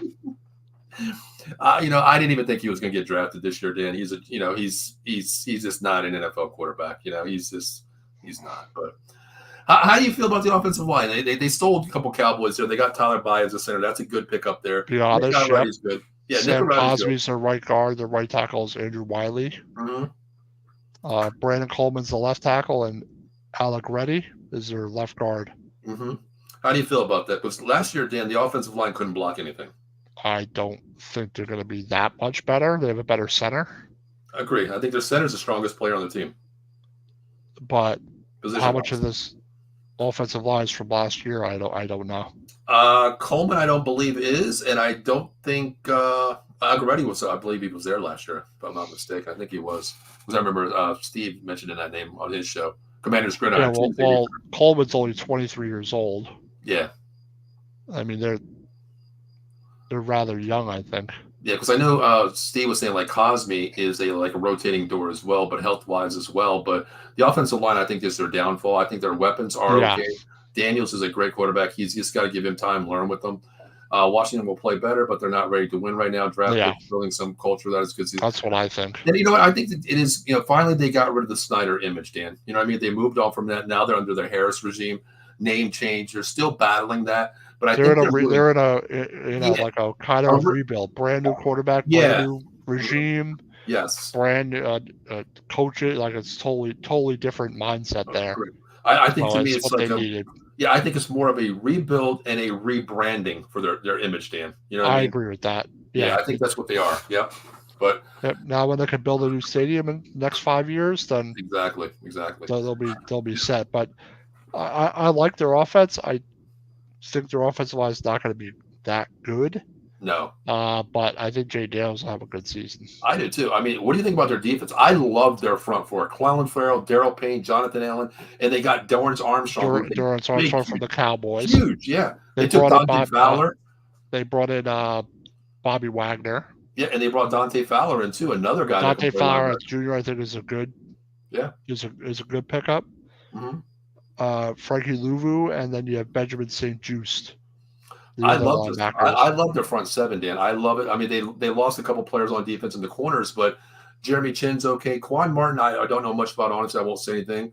But Benjamin St. Jude, I know that he had high praise last year from Steve, the host of the Commanders. They had their nickelback is Sandra still. Who's Michigan, that? That's right. Guy. Okay, that's right. Yeah. I mean, the name that I really love that I think he could crack the top four in this defensive line is John of Jean Baptiste from Notre Dame. I think he's big. He's huge. I think he's more of a rotation guy. If Armstrong gets hurt or a Clayton Farrell gets hurt, I think they can move him in there. That's a plug and play guy. But my concern is this back end, Dan. I mean, the back end is kind of what I'm scared about because this NFC East division has weapons on the outside, Dan, and you got to have some good safeties out there to control it. Even we do now. So yeah, that's what I mean. But the Eagles, Dallas, yep. Us, like all three teams have weapons. Yeah, that's what I mean. I don't think that back end is solidified. That's another watch. Doxson's going to go off on them. I hope so. And I hope he sits the bench when he plays us. But I hope he goes off there.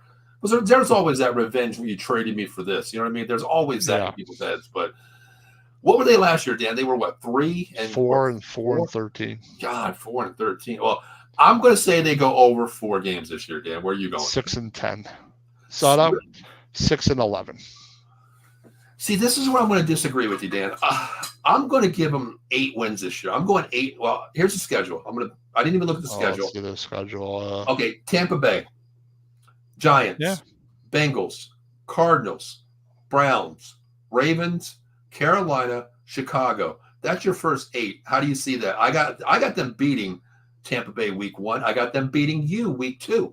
I got them beating Arizona. I still don't think they're going to beat us. Oh, come on. Then you had the damn Giants beating the Browns, the Ravens, the Bengals, and no, I don't. I don't think that game will be as easy, but I can see them beating Arizona. Okay. I don't think they're beating Cleveland or Baltimore. They're beating Carolina. The Bears, I think they lose. They play us the second time. I think we're going to split. Okay. Pittsburgh will beat them, I think. Okay. The Eagles will beat them. Dallas will beat them. Tennessee's winnable. The Saints are winnable. Mm-hmm. The Eagles, maybe, because they split. Atlanta and Dallas. But see, I'm going to give them the Atlanta game, Dan, because Atlanta really doesn't have that tough division. I think they're so much better than what people think. I think they sit because they possibly could have this division wrapped up too. I'll give them 7 and 10. 7 and 10. All right. Yeah. Based on their schedule, I'm going to give them 8. I'm still going to go 8 and 9, Dan.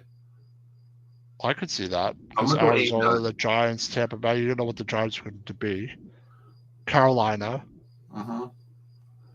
Tennessee, the Saints, the Falcons. Because I'm always going to go on that. They could split with the Eagles easily. That's the thing. Us. That's the thing. NFC East, I think you do split a couple of these games here. We don't think you do. Okay. So I could see 7 wins. All right, I'm going to give them 8. It's possible. I'm going to give them 8. I'm going to give them that Tampa Bay game because there's no film. There's a vanilla film of Jaden Daniels. That's it. We have film of Baker Mayfield. We have that. So I'm going to give you the no film advantage week 1 against Tampa Bay. I think they shock Tampa Bay and beat Tampa Bay. That's my 9th game right there, Dan. All right. So 9 and 8. All right, so 9 and 8. We start division at 9 and 8, Dan. That's where we start in division here. So we'll move on to a team that I don't even think is going to win 9 games this year. How about we go to this team called the New York Giants? Where do you want to start? Maybe 8. Okay, I'm ready to hear about the New York Giants, Dan. Talk to me now. Let's talk about DJ first. Can we talk about that? Yes. Preach to me. How do you feel? I didn't feel well. He threw a pick 6 and made a stupid decision, but Neighbors screwed up his route at the same time, and he was 2 seconds off the ball. Like Neighbors fixing his gloves, the ball was snapped. He stood there for like a second and a half. People didn't see that. Yeah. And then he took off, and then he did like an in route and ran under the linebacker that DJ was going to throw. But it's a horrible decision. He was going to go deep on the ball. He undercut. I think Joe's trying to throw the ball away, but obviously he's rusty. He hasn't played a live drive since last season. So I didn't like that, but it is what it is. It's preseason. Then he tried again to throw a pass to Hyde. It got picked off by one of the Texans quarterback, who made a great play. But as the half went on, he played much better. He had one drive of all back shoulder throws. Okay. Because I think he kind of learned his lesson. I like what I saw from Neighbors. Yeah. But Neighbors got to be better at route running. He seems to get confused sometimes by reading the defense. Well, do you think that's and he's been off the ball, like slow off the ball a couple of plays, but other than that, he's explosive.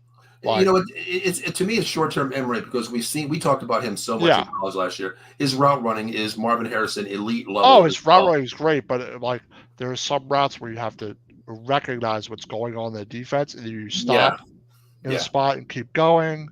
But just a couple of them, but he's going to be fine. I think he'll be fine. Great. But I think DJ needs to get in the rhythm. I know people hate him, but he had a rough start. But the second half of his start in the first half was fine. It was different. Okay. Yeah. He used his legs a couple of times. He had a couple of nice throws. You could throw. It was he seems to be working on that back shoulder. Like if you can get that back shoulder throw going, he'll be okay. But I don't know, man. And the thing you said too about with Malik Neighbors there, he's got to read. He's got to learn how to read a cover two, how they're playing man up. If that's what I'm talking about. That's all. He has to learn it, and that's something that he can learn. That Dan, we've seen him at LSU how he runs his routes. Being a number one wide receiver and still having what was his name? The other wide receiver. Goodness gracious, Brian Thomas as well. Remember? Yeah. He knows how to do that, become the 1-2 wherever he has to, but he knows how to read the defenses. I think it's just a different look in the NFL, Dan, where most of these teams play double high safeties, Dan, in the NFL. Maybe he has to learn that, get a little bit more tuned with the ones and say, okay, I would go in the film room with DJ and say, like, hey, DJ, look, I see the two safeties coming down. What do you want me to do in that situation? Do you give me a certain look? What is it? Maybe there's a out route where I can just run, a 3-yard burst in a slant inside. You got me there underneath the route. Just like you said, when he cut that underneath route, that's something he'll learn, Dan. I'm not worried about that. Yeah, I'm not worried about that. I'm not worried about Neighbors. I think that, like I said, I like their wide receiver. I like Slayton. I like Wendell Robinson. Yeah. They have Hyatt also. Dan, it's good backups that you have. Hyatt and Hodgins and Robinson are 3 good backups. And Hodgins, Robinson, their wide receiver room is pretty solid now. And they have a weapon in Neighbors. Mm-hmm. Also, the offensive line looked much better. I think they played versus the Texans Stars probably for a quarter, maybe. I don't know how long they had their defense in for. But that's the biggest thing. And their offensive line is much better. You brought in John Runyon Jr., which I like. Mm-hmm. Yourself, Thomas Schmitz has to stay healthy. You have Aaron Stinney and Greg Van Rotten as your right guards. Illuminator and Azito, your right tackles. Mm-hmm. And Neal, I haven't seen. What's up with Neal? What's up with Neal? I mean, I call him Turnstile Neal. What's up with him? He hurt? He's listed 4th on the depth chart at right tackle right now. What is it? Is he hurt? Is he hurt? He's been kind of hurt also too because he's on the pup list. Oh, okay, that's okay. A month or so ago, but I haven't really seen Evan Neal. Mm-hmm. It's been Azudu and Illuminator at right tackle. Gotcha. I think Illuminator is probably going to be our starting right tackle. Van Rotten will be one of our guards. Schmitz, Runyon Jr., and Thomas. I like that offensive line. How's Van Rotten been playing? I mean, that's a new addition for you as well. How does he play? He's playing. From what I saw from the starters, he played last week. And I think he played a little the week before. Their offensive line looked solid. They had 19 dropbacks and 1 pressure. That's not bad. I mean, coming from what you played last year, revolving door with the offensive line, that's something, Dan. That's something to build on. Yeah, that was the starting offensive line. Those are the reps. 19 dropbacks, 1 pressure. Okay. And they actually had a pocket. There was actual pocket to throw from. Gotcha. So like I said, they brought Devin Singletary. Mm-hmm. I'll answer the question about the street losses when we go over the schedule. Gotcha. Dan, here's a question I did want to ask before we move to the defense here. Well, I want to see their schedule. Okay, I mean, like 3, I guess. 3. So is he on a short leash? I mean, your quarterbacks are Drew Lock. You went out and got Drew Lock. Yeah. I mean, is he on a short leash? Probably, but Drew Lock sucks. Probably, but I don't see Jones being as bad if the offensive line plays well. How do you feel about your running back situation? Saquon's gone, Singletary, Tracy, Eric Gray. No, I liked it. I like Tracy. Tyrone Tracy's healthy. He's back to practice. Okay. He looks good. Eric Gray looks good, and Singletary. I think it's some more. They're gonna share the carries, all 3 of those guys. Yeah, Eric Gray looked good. Yeah, so far, and Dante Miller might make it. For special teams. He's the 4th guy. Okay. Yeah, I think you guys are going to be a running back of a committee. Who's the hot rack right now? I think that's what's going to happen with you guys too. Yeah, I think that. Yeah, I think their offense will be better, but you just never know with the Giants and Jones. Gotcha. Okay. You just don't know. All right. If the offensive line plays well and Neighbors plays well, and Jones could stay healthy and not get his ass kicked back there, I could see them being a little better than 2022 because their roster is way better than that year. Let me ask you real quick. I watch a lot of it, but maybe things have changed. In preseason this year, adding Malik Neighbors. Who's your slot wide receiver? Is it going to be Wandale or Slayton? Slayton's the outside guy. Right? No, Wendell Robinson. Slayton's outside. Okay. I think the guy that's going to benefit a lot this year is probably going to be Wandale Robinson because you are going to bring that safety over Malik Neighbors. Wendell Robinson was pretty good last year. That's why he's a real good slot guy. He got hurt his rookie year. He did like 100-something yards versus you guys, versus Dallas. That's the game he got hurt in 2 years ago. Yeah. But Wendell Robinson is solid. There's no way. Slayton's an outside guy. Slayton could run that outside route or that, those routes deep across the middle. Okay. But Slayton's more of an outside guy. Wendell Robinson's your slot, but you're going to have Neighbors in the slot sometimes too. Honestly, Dan, I coach offense, and I see this team, the way this team is built here. I mean, I'm not 100% sold on the running back. Like you said, it's a committee word there we're going to use. But, Dan, I like this team. If I'm going to put DJ in a shotgun position, I'm going double wide receivers on both sides. I'm bringing in Jalen Hyatt, and I'm going 4 wide. Hyatt also, yep. I mean, I'm going 4 wide, Dan. I mean, I like this wide receiver unit because you can pick your poison. You have burners. Wandale, Slayton are burners. We know Neighbors. Everybody doesn't know his Robinson's speed. very fast also. Yeah, and people don't know Malik Neighbors' speed. He has speed to get downfield. We know that. And Jalen Hyatt is a flyer. The thing about Neighbors is, I'll get to the comments in a minute. Mm-hmm. The thing about Neighbors is he runs full speed through his routes. He ran like one of those quarter routes where you run inside and you run straight up the field and you cut to the outside. He ran the whole route at full speed. Yeah, I see some game. Yeah, he didn't slow down. Like I'm talking about last week. He didn't slow down. He runs full speed through those types of routes where your receiver cuts and kind of slows down a bit. He runs full speed through those types of things. Agree. I mean, I like this. I like the wide receiver. I think DJ is good. If they can keep him in the pocket and throw the ball correctly, with no dismay, I want to say, I think he has a great year. I think he throws the ball to these wide receivers. I think you're possibly, Dan, I think you're going to have 2 wide receivers with 1,000 yards.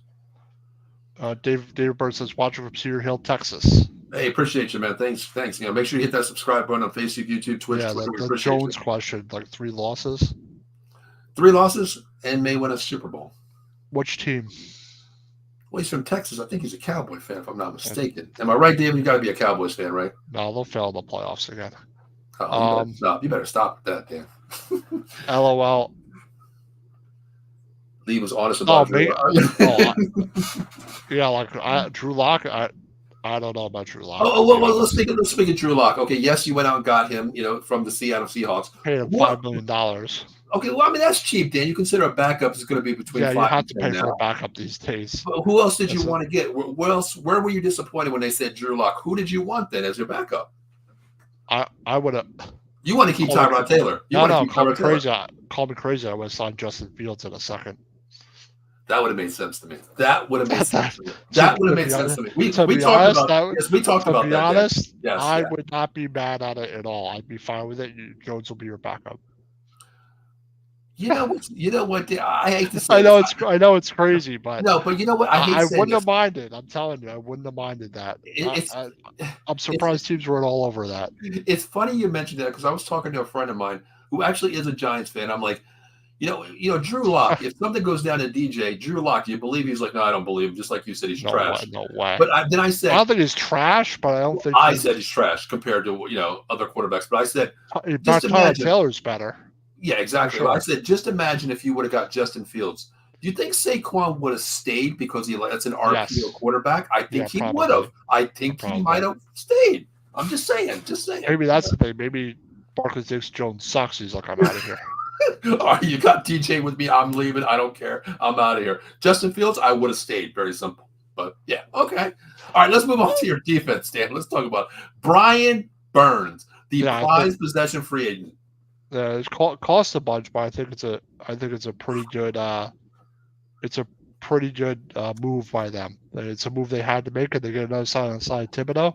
But Dexter Lawrence and Nunez Roche I don't like as much, but this guy Chatham might make the team. The guy who chased down. I seen that. Oh my god! Number 94. That he's an undrafted free agent. Dan, you remember? I don't forget who it was on NFL.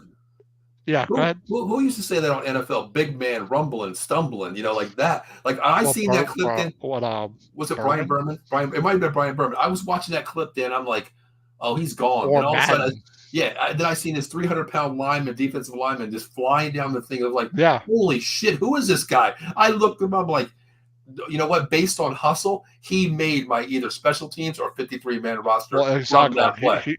He's a guy like they traded. I think they traded to the Cowboys. Phillips. Oh yeah, Jordan Phillips. Yeah. Jordan Phillips. So got a Chapman to get an opportunity. That's the roster spot he took. You know what? If I'm the Dallas Cowboys, Dan, I'm telling you this. I'm clipping that and saying, look, they kept this guy over you, Jordan Phillips. You better hustle your ass on the field because this big man ran 80 yards to catch down a running by wide receiver. So Elijah Chapman should end up being a rotational guy, and he's been solid. I like him. Azeez Ojulari, I think, makes it, but he's not going to start. He's behind Thibodeau. But I think their front is solid. Sure. Burns, Dexter Lawrence, Thibodeau. I agree. Roche. I think they're, besides Roche, I think, and then their linebackers, I think, are solid. You have Okirike in the middle and McFadden in the middle. So would you rather have Johnson? So would you rather have Chapman over Roche's? Based on one game of what you've seen, would you rather have Chapman starting? I like Chapman's effort. Okay, but we got to see more. Effort, but he has been good in camp. He's okay. They've been talking about him, and he's been solid. Okay. Ryder Anderson's the backup now, but I think Chapman makes the team. He's one of the guys you want to look at next game if you're a Giants fan. I think he makes it. Okay. Bookie Basham's our backup for Burns. He's more of a run stopper. Yeah. But the biggest concern is probably the secondary for me. Listen, you got one guy. Their secondary is not bad. Drew Phillips, I like the guy they took from Kentucky. Banks is nasty, Dan. Don't get that wrong. Deontay Banks is solid. I like Belton. Mm-hmm. I like Pinnock, but Flott is the guy. Cordell Flott is that guy, that nickel back. Is he the nickel? He's not nickel. He's not the nickel. Right? Drew Phillips is the nickel. Yeah. How do you feel? Do you think Flott's going to be the guy that gets picked on then? Yes. Oh, yeah. Oh, yes. Wow. Neighbors destroys him all the time. Wow. Like Flott is that weakness. Like Darnay Holmes and Flott are in that other cornerback. That's your other cornerback position. Okay. So how did you feel about Drew Phillips, though? You said the nickelback. How do you feel about him? I like Drew Phillips for what I've seen so far. He must have made the pressure to be the starting nickel, and I like him because he's physical. Okay. So my question is, most of these teams in our NFC East are going to go 3 wide, Dan. Okay. So exactly. Of course you have Deontay Banks now. You have Flott as the weakest link, and you have Drew. Trey Hawkins the third behind Banks. Who knows? But he's on the other side. It's Holmes or Flott. I see them picking up a corner somewhere, somehow, some way. A guy that gets cut from a team, a guy on the bubble. Okay. You know, Flott is probably the biggest liability, but Banks, I like it. Tyler Newbern, the rookie safety, he'll be playing. He's more of a guy who can tackle, ball hawk. All right. Then Trey Hawkins the third is your other cornerback, and they have Isaiah Simmons still. Okay, yeah, I was just wondering because a lot of these their defense. Go 3 wide. besides their secondary, like that other side, I think their defense will be solid. I think they'll have a pass rush. All right, gotcha.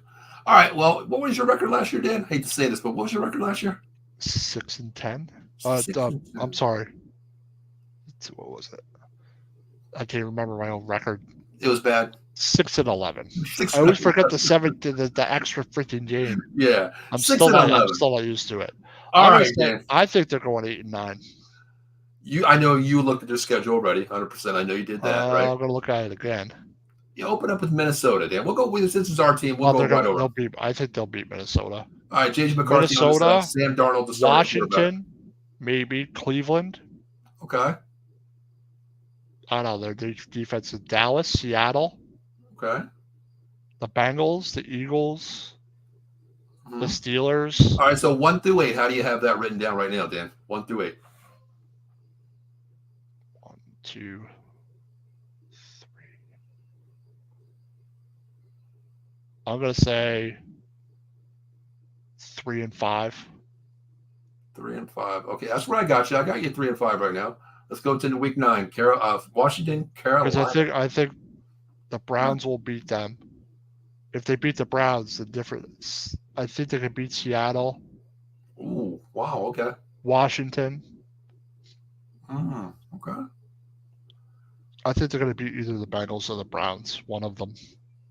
Bengals, even though they're both good. I'll say the Bengals because of their defense. Okay. The Eagles, I don't think they'll beat. Okay. Steelers, I don't think they'll beat. I definitely think you lose that game. That's prime time, 8 p.m. at Pittsburgh. Yeah, I think Pittsburgh beats them. Yes. Yeah, I agree. I got you 3 and 5. I got you 3 and 5. Washington, I think they lose. You're gonna split with Washington this year. Yeah. Okay. Carolina, I think they'll beat. That's 4 and 6. I think they'll beat Tampa Bay. I agree with you there too. I think Tampa Bay. I think they'll lose to Dallas. So Dallas sweeps you. Okay. I don't know. They're just so much trouble for us. I think they could beat the Saints. Okay. What is that? 5 and 7? You have it 5 and no. We're at 14. 5 and 8. 5 and 8. No, you're at 5 and 9 now because that's week. No, 5 and 8. I'm sorry. Yeah, 5 and 8. Go ahead. Baltimore lost. That's 9. Falcons lost. Falcons, I think. I don't know how they're going to be. Well, once again, it's week 16. Yeah, I don't know how the teams are going to be. I think the Giants have a chance to win that game. Baltimore, hell no. Yeah, that's my game right there. Where I think, okay, if Atlanta is in playoff contention for either seeding wise or division wise, they play it. But who knows where the Giants are going to be? Well, they're not making the playoffs right now, Dan. They're at 5 and something. I know, but I don't know. It's week 16. If I had to say now, I think they have a chance to beat the Falcons. They're beating the Colts. I think they split with the Eagles. They did last year. Yeah. And you know Eagles will be fighting for the playoff position. It did. Well, just they'll rest their guys. Well, yeah, just like last year, they sat half the players in that last week. So if it's wrapped up, that's a pretty much win. But you guys sat a lot of players too, Dan. You know what I mean? Yeah, but if we're not in the playoffs by that point, you're playing for draft picks. You're playing for a draft spot. That's 9 losses. I can see win 7-8 games. So you're okay. You're going 7 and 10, or you're going to go 8 and 9. 8 and 9. Wow, 8 and 9. Because I think they could steal a game here somewhere. So you really have Dallas sweeping you guys. You have the Washington Commanders splitting with you guys, and you have the Eagles splitting you with. But we're taking 2 and 0 from you. Maybe, yeah. That's how I feel about it right now. Wow. Okay, I got you guys going 7 and 10, Dan. I got 7 and 10 for you guys. They'll win more games, but how's that defense going to come together? How's Burns going to play? How's Neighbors going to play? Right. Who knows? Watson could struggle. They might beat the Browns. See, my concern is in this division, Dan, you're going to go 3 wide because this is an offensive division that likes to score now. With these I agree with that. And you're back in, just like we said with Flott. I think he's going to get picked on a lot. He's going to be like, they're going to bully him like crazy until they find a way. But then, later in the half season, he might not be even starting, Dan. You might find someone else to start for him. I don't know. But I'm going to go 7 and 10. I'm going to go 7 and 10 based on the schedule, what I see. Yeah, I know 8-9 is a little bold, but I think it's possible because they won 6 last year. Yeah. And they had DeVito, and Taylor. And they were injured all over the place. Okay. I was talking about the Eagles. Kellen Moore did not learn to run the ball. I guarantee that. No, which we're going to talk about in a second here. Yeah, definitely not. No. Well, I could see him going for 150 on us, but I think our front's going to be good. No, your front seven is good, man. I love your front seven. Is good. I love your front seven. O'Hara's a good run stopper. So is Burns. So is Thibodeau. So is Lawrence. Yep. I hope they kick the crap out of Barkley, but agree. All right, well, Dan, you know what? You picked what 9th this year, correct? Or you were at 6 this year? Yes. Your draft pick was 6, right? Yep. Well, if you win 8 games, Dan, that's probably going to put you between 11 and 14, possibly right in that direction. Where are you going to go then? Where are you going to draft pick if that's where you're going to go from picking, let's say 10 to 15? Where are you going to go? What's your need? I know it's early, Dan, but what do you another corner? You go with Banks? Okay. The other corner, another middle linebacker besides McFadden. Okay. I don't think you're going to get a quarterback at that point. I think you can get a corner late because remember the corners didn't drop. Quarterback. Quarter. Wow. Really? Well, how's Jones going to play? He's going to play like horrible, get hurt, and be gone. He'll be either here next year if he plays well or gone if he sucks. You're just going to eat that money? Eat it? They have a way out after 2 years. That's the way it's structured. Oh, is it 2 years? Okay, buyout. Okay, all right, that's cool. I like that. They're paying him like a lot this year, though.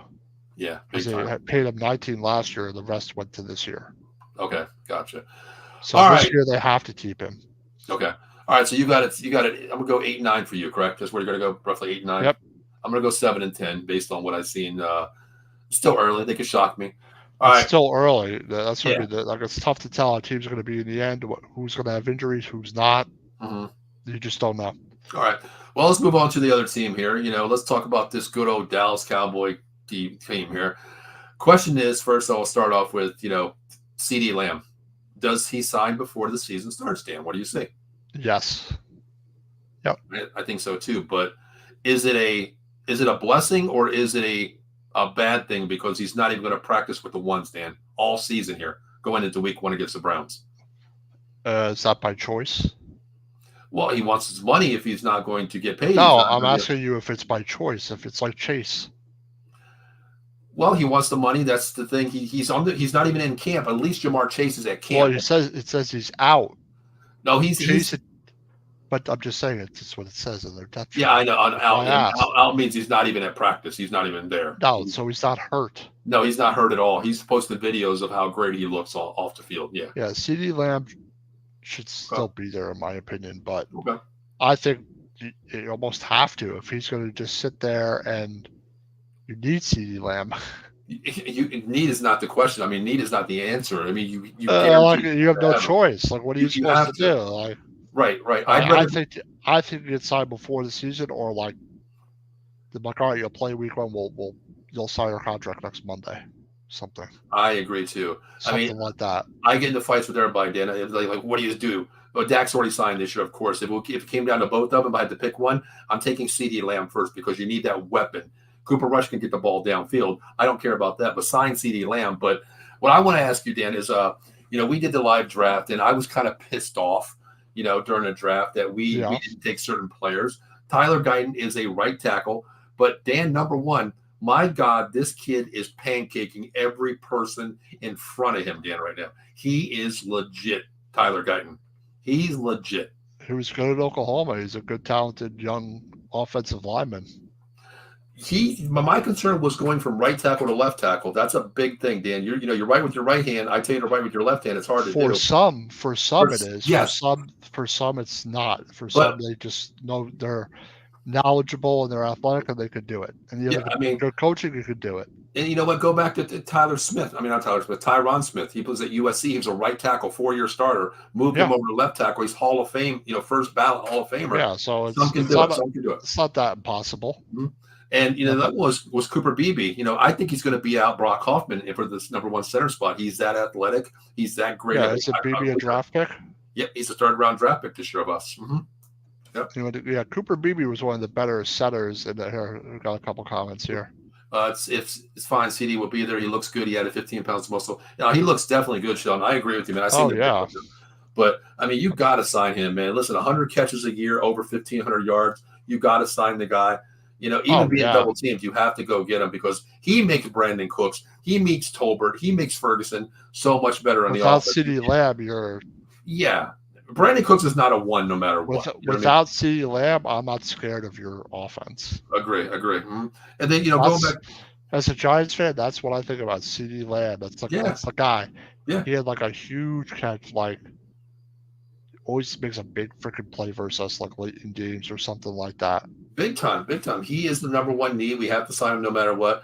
But we had Cooper Beebe's dad on the show, the Cowboys show, but like about a month and a half ago, we were talking to him, and I was very honest with him. I was like, how do you feel about your son going from right guard to center in the NFL? But they said day one that there was rumors that they were going to draft him to come to center. I told his dad I didn't want him. I wanted Jackson Powers Johnson from Oregon. Oh, yeah.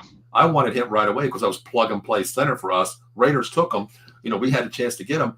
But, watching him play in the preseason, which I really don't watch preseason, Dan, he is demanding the ball, Dan. Not the ball, but the line of scrimmage. He did have a couple bundle plays where, he looks like he's supposed to shift right. He's not cross blocking in a certain way where he's hitting the nose tackle, but then the nose guard is pulling, and that is his man to, bounce off helmet on helmet. He missed a couple of them. But, Dan, this kid, man, low man wins the ball. And he's shown me something. He really is. Yep. Guyton the dog and BB a bear. Yeah, I love these guys. I watched Guyton at Oklahoma. I watched BB at Kansas State. They're both dogs and a bear, as you say. But taking Guyton and BB makes sense for them because they needed offensive line help. Oh, yeah. I mean, you address what you needed, the offensive line there. I mean, you lost Tyler Baez. You bring in someone to fulfill him. Tyron Smith, he played 6 games a year. You had to replace him, even though he's all world. You have to replace him, and you go out and get a big boy like Guyton. And Dan, I wanted to ask you: do you think this offensive line, if they hold up, Dan? I think this offensive line could be a top 3 offensive line in the NFL. Yeah, with Smith and Guyton plays well, and you get BB coming in and Martin. Yeah, I don't know about Terrence Steele. I don't know how good he is. He's good at the right tackle. I mean, he did give up a couple bad plays last year. He's solid. He's very solid. Shot. As a Giants fan, you should fear I don't fear water boys. I fear CeeDee Lamb, not Cooks. The water boys don't play, so. No, they don't. They don't play. But other than that, Dan, I mean, what I'm worried about, of course, is CeeDee Lamb. But what I'm worried about too is the running back committee, Dan. There's a committee here. There is no one. If it's Elliott's me, Dan, older, or is Freeman. He has a lot of mileage left in. I mean, last year, the Patriots did 100%. I think he's got another good season in him, Elliott. But I don't think you're going to be predominantly running the ball like you did with him earlier in his career. No, what I said is I like to have Rico as my number 1 back. He's more of an east-west, north-south runner who can do it all. He's power.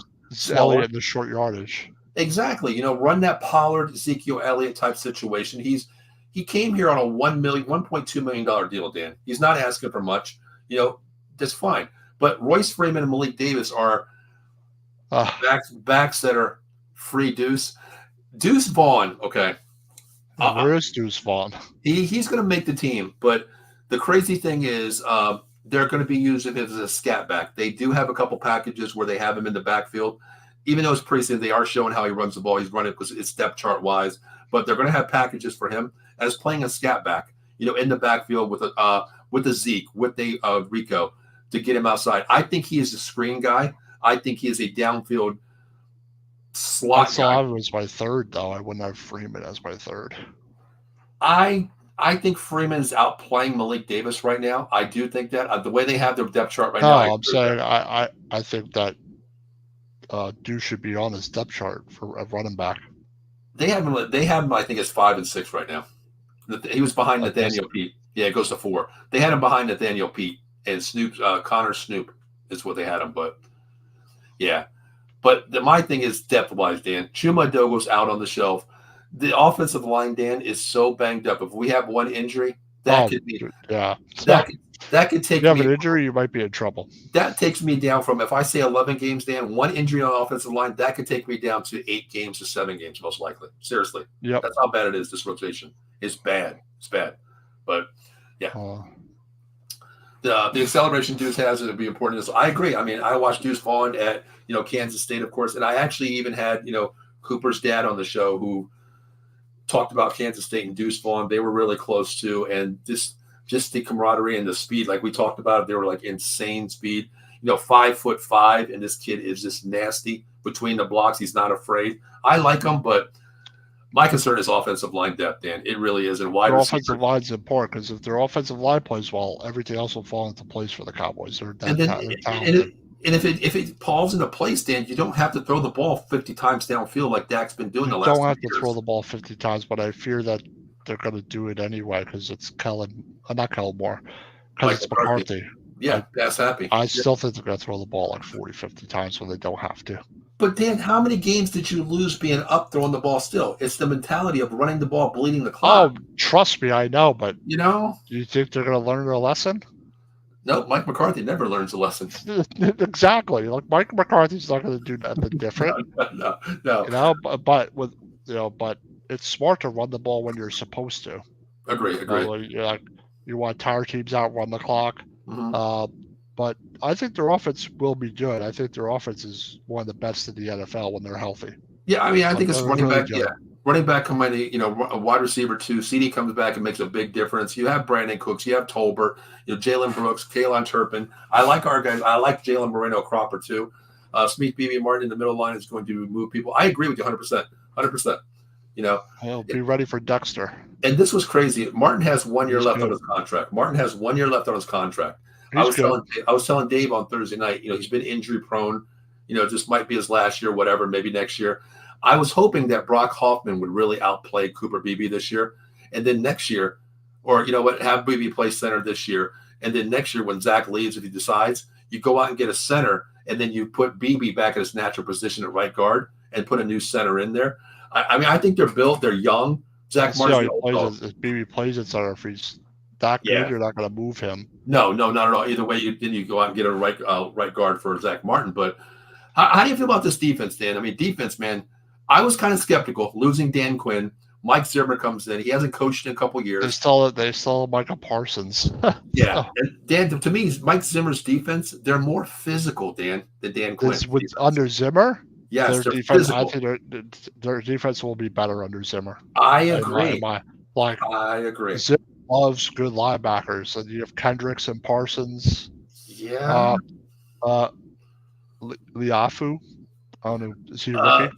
He's not, Dan. I love this kid. Don't even put him in there. Demarion Overshawn will play. He's day to day right now. He'll be fine. Maurice Law from Notre Dame. I had high hopes for this guy. The motor that he has. Dan, I know who he is. Dan, I don't even think he will be in top 2 rotation at linebacker the way he's playing right now. Yeah, and then obviously Bland is good. Bland, Hooker, Trayvon Diggs. If Diggs comes back healthy, you have probably the best 2 corners in the NFL with Diggs and Bland. How's Jordan Lewis? I sucked. I hate him. I can't stand him. Here's my thing. I told Dave, I was like, he's like, I love him as a nickelback. I was like, no, what you do is you bring Marquise Bell down. He played linebacker like last year. He's a true safety. He can play off the ball. He can play in the box. You move Marquise Bell to your nickel, or you have him starting over. Your secondary safety over Donovan Wilson. He should be the starting safety. I mean, he should be the starting safety. Malik Hooker, I don't know how good he is, but too old. But those are the guys who are going to target. You're going to target your nickelback and target the middle of the field. That's what I mean. That's if I'm playing Dallas, I'm sending neighbors up the mid. I'm attacking the middle of your defense, especially in the back end. And the other guy that I think might be able to take that nickel spot is Andrew Booth. He was the one that had to pick this week. He had 7 solo tackles playing corner, Dan. He's a solid guy. He could be that nickel guy. That's what I want to see, because Malik Hooker is not the guy to me. He gets burnt. And Diggs, he takes chances. He does that. He turns his head. The deep ball happens. So you have to have that safety come over the top. This linebackers, Dan Paul, you don't love Maurice Zim? No, I don't love Maurice Luafau. Listen, Dan, you know me. I'm a Notre Dame guy. I do the Notre Dame show coming back next week. I love Maurice Luafau playing linebacker. He's that lunch pail guy. He's good at Notre Dame. He was nasty, but this defense, it's a different glimpse of him. I mean, his mistakes on the field. Maybe he's more alert just mentally. That's just his problem. To me, I think it's speed of the game, Dan, and culture of the game, schematics of the game. Playing at Notre Dame, you were going with JT Moran, an All-American linebacker next to you, learning the scheme where you were the second linebacker, just creasing the holes. Now playing middle linebacker, you got to be that run stuffer. It's a little more to learn. Yeah, he got turned the wrong way a couple of times when the plays that I watched him. He got turned, Dan, and I didn't like that. I don't think it's a physical thing. I think it's just you got to learn more. I agree. Thomas is going to have a breakout year. Who are you talking about, Thomas? Wanye Thomas, another free safety. Oh, Wanye Thomas. I like he's talking about. Yeah, Wanye Thomas. Yeah, Wanye Thomas is. I like him too. He can crack the depth chart. One possibly. I still think the middle of their defense is weak. Yeah, there's two guys that I really like. I like Wanye Thomas and I like Andrew Booth. But Bland and Diggs. They're 1-2 if they're healthy. They're 1-2. On the outside, they're good. Yep. I mean, I like Wanye Thomas and I like Andrew Booth. I think those are two guys that could crack the depth chart. If one of the guys get hurt. But I think right now those two guys are fighting for that nickel spot. That's who I think is fighting for the nickel spot. Booth or Wanye Thomas. Keenan Hall, I know nothing about. Who's that? Keenan Hall, he gets burned a lot. He's probably going to be a practice squad guy. He is. And then you have Eric Stott Jr. He is a week-to-week player, Dan. He's that guy that shows up one week, puts the film on there. Next week, wow, why do we have him on the team? But what I love is Micah Parsons is the DN this time. It's a 4-3. You know what? It makes sense to me. A lot of people don't run 4-3s anymore, Dan. This makes sense to me. It makes perfect sense. Yeah, you have Mozzie Smith. Because you have Micah Parsons could be on hand in the ground or just stand up. Exactly. And here's my thing. I love the 4-3 that we play because Lawrence and Parsons on the edge, two outside rushers. Mozzie Smith and Odigizua is space eaters inside. I like Odigizua. They're space eaters, Dan. I mean, 4-3, you're going to widen that line out because the more you widen that line out, Parsons gets a better free run on the outside. That's the reason, because you can have Parsons now. You can have Parsons just come rush more. Yeah. Like when he's got his hand around, I just love that it's a 4-3 base D instead. Mm-hmm. It makes a difference. I almost wish we went back to a 4-3. And it makes sense to us because our linebackers are strong. We have Kendricks in the middle. We have Damon Clark. And then we have Overshawn, which I think when he's healthy, he'll be definitely starting week 1. And we've seen Overshawn. You know how high praised I was on Overshawn. I love this kid. His speed, his IQ. He could run down anybody, Dan. That's what I'm saying. Like Dallas should be a good football team this year. I agree. And you know what? We have the best damn kicker in the NFL, a 66-yard field goal, Dan. Well, for distance, yes. Dan, he missed one field goal last year, and he screwed up because Mike McCarthy put him in a position to screw him at the end of the season. He could have gone perfect last year. That's not surprising, to be honest. Exactly. That doesn't make my vote for Mike McCarthy any better. And I'm going to look at your schedule. You probably know it. Cleveland lost. Okay. No, it depends, Dan. CeeDee Lamb is the question mark. If CeeDee plays, we win that game. I think if he doesn't play, they lose that game. But I think they'll beat Cleveland. I think they'll beat New Orleans. I agree. 2-0. I think they're losing to Baltimore. 2-1. Close game. 2-1. They'll beat the Giants because I don't know what they are. 3-1. Great. Pittsburgh, I think they'll beat. I have a loss there at home. That's a Sunday night primetime game. Pittsburgh is totally different. I am losing that. The Lions. That to me is tough. That is at home. Oh man. I think they beat the Lions. But I think it's going to be a shootout. I have them losing that game too. This is where you guys are thinking I'm crazy, but I have them losing that game. The 49ers, I think they lose. I have them beating the Niners. I think the San Francisco's going to beat them. I think it'll be close though. I think we beat them.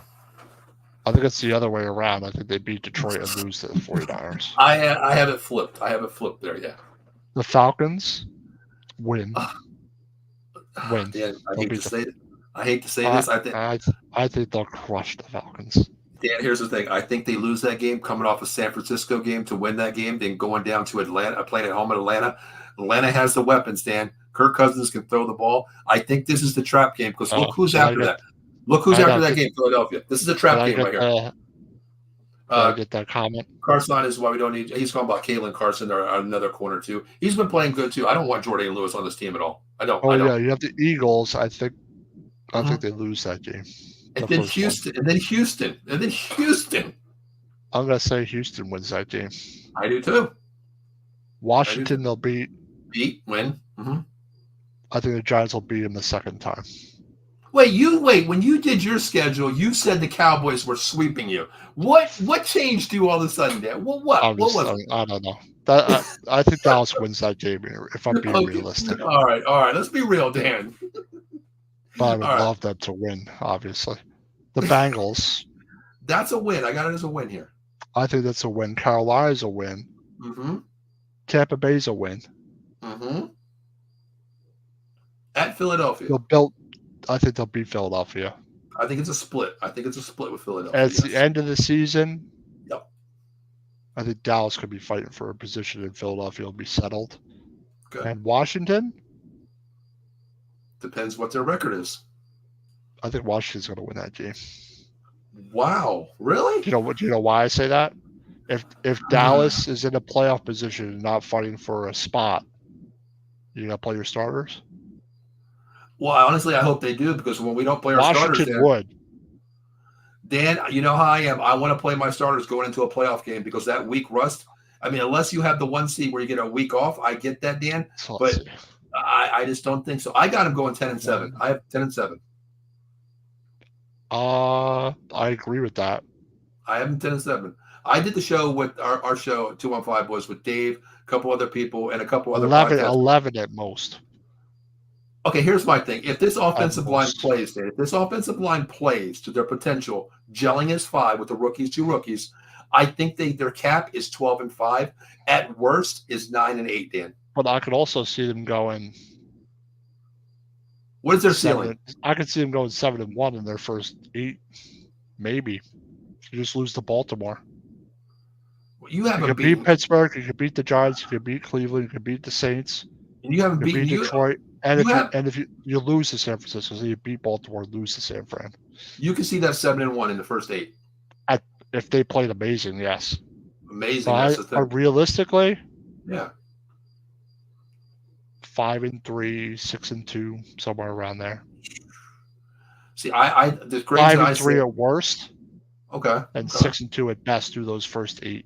See, I have them losing to Atlanta because you got the Niners there, and then you're looking ahead to Philadelphia. Yeah.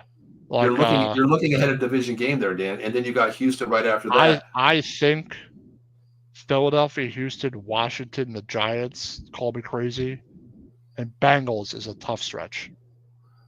See, I think there's 2 teams that I think they beat Cincinnati.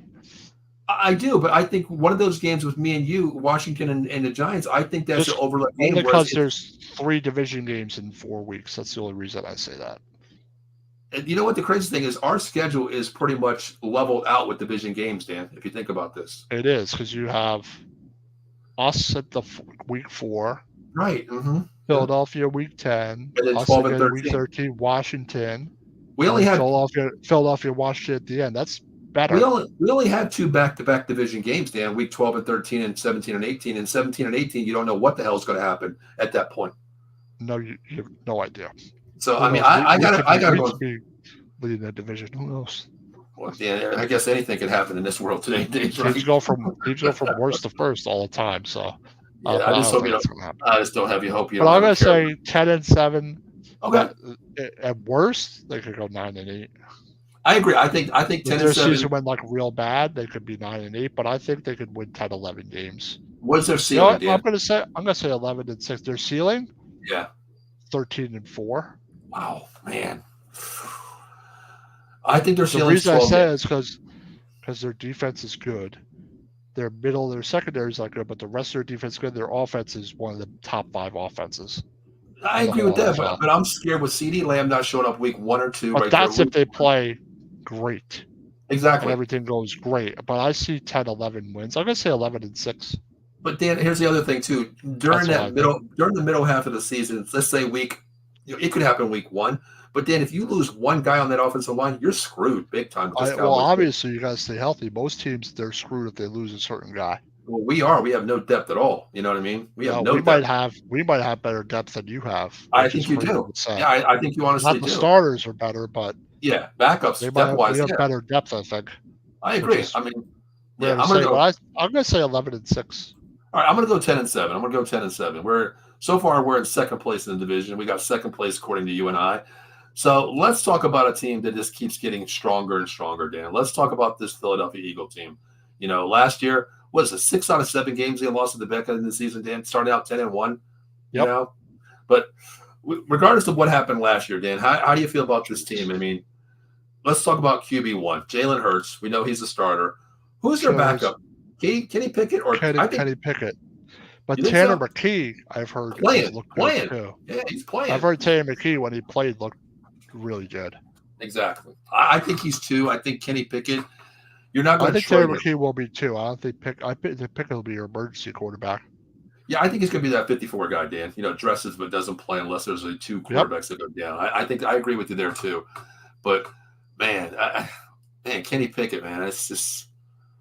Would you trade him, Dan, if another QB went down that needed the backup? Would you trade him? I would, right? I would. Yeah. I would. Why not? He's still young. He's still learning. Why not, right? I would. And it's obviously the player I hate seeing is Saquon Barkley as a running back. Let's talk about that, Dan. Let's talk about that. He can go to hell. He went for like $1 million more a year, but I get he wanted to leave, but simply went to the freaking Eagles. But you know what? That has nothing to do with the GM of the Eagles. I think he picked them on purpose. Well, I think it has a lot to do with not bringing in Justin Fields. Maybe. You mean Wilson? No, I think Justin Fields would have been better. Maybe. He is another version of Danny Jones that can run the ball faster, read an RPO. I mean, we've seen what he would do. So I don't know. I mean, Michael Patrick and Tanner McKee should be 2, but Pickett will be 2 because of how. Yes, Michael said that last night on our show. Hey, Michael, how's it going? Thanks for tuning in, brother. Yeah, that's like Locke. He'll be 2 because they pay him $5 million. Yeah, you have to. You're not just going to eat it off the books. He's going to be QB by seniority of a paycheck, basically. You know what I mean? That's basically what it is. But how do you feel about this running back room, man? Saquon Barkley, Gainwell, Will Shipley. Will Shipley is nasty. I love watching him at Clemson, Dan. He is a physical downhill runner that'll put his head down and do anything you ask him to do. Yeah, I think the running back room, Barkley obviously is really good. Obviously, he needs to stay healthy. Do you think he stays healthy, Dan? I don't think he plays a full 17 games now. I think what do you think? 3 or 4. You'll miss 3 or 4 injury-wise, or what? Just sitting out, load management. Either load management, like if they're in the playoffs, or injury, like a slight banged up a bit, or because you can't lose Barkley. But that makes their offense tough with the way they run their offense. Hurts and Barkley back there, that makes them really difficult. Obviously, I want Barkley to play shit, but he's probably not going to. Well, let's move on to their wide receivers. AJ Brown, Devontae Smith. The only thing they needed was a wide receiver 3, and guess what? They got a wide receiver 3. Yeah, he thinks he plays last 12 to 13. 12 to 13. Okay. I mean, just for shits and giggles, let's see how many games he's played every year. All right, I think he plays when needed. 13 and 16, 13, 2 because of his ACL. 13, 16, and 14 last year. Okay. But I think this year he plays based on the needs of the team. When he's not needed, he sits. He's going to be on a snap count is what I think, no matter what game, 1 all the way to 17. Just the way the Eagles play, too. Yeah, I think he's going to be on a snap count based on what I don't think he's got 300 carries, or something like that, about 200 something. Yeah, they're going to run him like Zeke. And then you were talking about the AJ Brown, Smith, and then Dotson. Yeah, all they needed was a slot receiver, that third wide receiver. And then what happens? Howie Roseman clicks his thumbs, and then what happens? Jahan Dotson appears, Dan. Well, I still think it's all about Brown and Smith. Like, those are your go-to guys, obviously. But their wide receiver room is good. Their whole offensive weapons are all solid. They're all really good. I tell you what, Dan, we did a couple shows together on college, talking about Johnny Wilson, 6'7" wide receiver from Florida State. That is a hybrid gazelle. He dropped a lot of balls in college, but Dan, this guy's 6'7". If he gets some gloves on his hands, this kid could be a huge red zone threat and even a 20 to 20 threat. And I see Paris Campbell is the second guy behind Brown. Yeah, I see that. I've seen that. But like I said, I think their offense will be fine. Becton, I don't know. Hold on. But Howie giving up a third and 2 fifth-rounders was a little too much for Dawson, but I get every team he has equals needs. You think that's a little too much? I mean, Michael says it is. I think it's a need because this offense is number one in the offense with maybe, but I don't care if all you need is just someone serviceable at the number 3 because they have Smith, Barkley, and Brown. So I think anyone that's solid would play well in that third position, but Dotson maybe. But for the Eagles, they're trying to win their Super Bowl this year. And you know, based on what they gave up, then they gave up a 3 and 2 fifth-rounders. I get that. They probably have another third and fifth rounder. But even if they didn't, Dan, they solidified every position that they makes sense. They went out and got, what's his name? The corner from from Iowa State? What the hell's the white kid's name? Oh God, what the hell was his name? Quentin Mitchell, and they got Cooper DeJean. Both guys. Yes. They both got both guys. They hit on the corner and the safety position, whoever you want to bring, nickel, a slot with corner, or a safety with Cooper there. They hit on that. Got Gardner Johnson back. Right. They hit on positions where that third pick might not be as valuable because it is a position. Your first and second rounds are position players, but the Eagles are built for the future where they have so much depth behind starters, Dan. So I don't think they gave up too much. In fifth rounders, man, you're looking for a needle in a haystack. You know what I mean? How many fifth rounders make the team? You're looking at positional special teams players, Yeah, I think their offensively have Goddard also, obviously. Right. Milano would be good. Dixon would be good. Jurgens up at Becton. I don't know. Who's that? Yeah, McKay Becton. He was from the Jets, wasn't he? He was from the Jets for a while. Yeah, he was hurt a lot. He tried to play him a tackle, I don't know. He's the only weak spot, I guess, based on his pass play. I agree. I mean, I think their offense is set, but the thing is, offense is still set. But here's the thing, Dan. Being a Cowboys fan, we've seen Kellen Moore. He abandons the run, no matter who you have, Zeke, Pollard. I don't care who you have running back, Derrick Henry. He doesn't run the ball. He abandons the run. No. He shows so much vanilla that he shows you run, but he abandons the run. 3rd down and 1, he wants to run a flare route outside, a little touch pass, a curl route on 3rd and 1. This is what I don't. And plus, Dan, hear me out with this one. His verbiage is way too complicated for Jalen Hurts. Yeah, it's definitely different. So I want to see how their offense is really going to be. It should be fine. Yeah. The Eagles gave up a 3rd rounder for Pickett, I agree with that one. Pickett. That I think is too much. That is too much. Yes, I thought he would probably go for maybe a 5th, maybe at the most a 4th round, a 5th round possibly, but 3rd round, that's the reason why. Just like Mike said, he's going to stay on the roster because you gave up a 3rd round for him, man. You got to keep him on the playbook. Plus $5 million a year, you got to keep him here. You got to keep him on the roster, no matter what. Yeah, and then you but going to the defensive side of the ball, you got Jordan Davis and Jalen Carter. Jesus. Thomas will throw Carter around, that guy, or Milt Williams is on the other side, so he'll be on Thomas's side. Yeah. Milt Williams, Davis, Bryce Huff, Zach Bond, Devin White, Josh Sweat, their linebackers. Mm-hmm. Ringo they took in the draft 2 years ago. Gardner Johnson, Blake. I think their defense will be good. Where do you see a downfall? To me, Dan, their downfall is their linebackers. Their linebackers and maybe Blankenship. I like Reed Blankenship, man. Something about that's coming. That's coming from an actual Eagles fan. So I don't know if another Eagles fan. I know another Eagles fan. I like. I think their defense will be fine. Do you think they actually have Bradbury at safety now? Mm-hmm. What do you think? What do you think about Jeremiah Trotter Jr.? Do you think he cracks the rotation? Yes.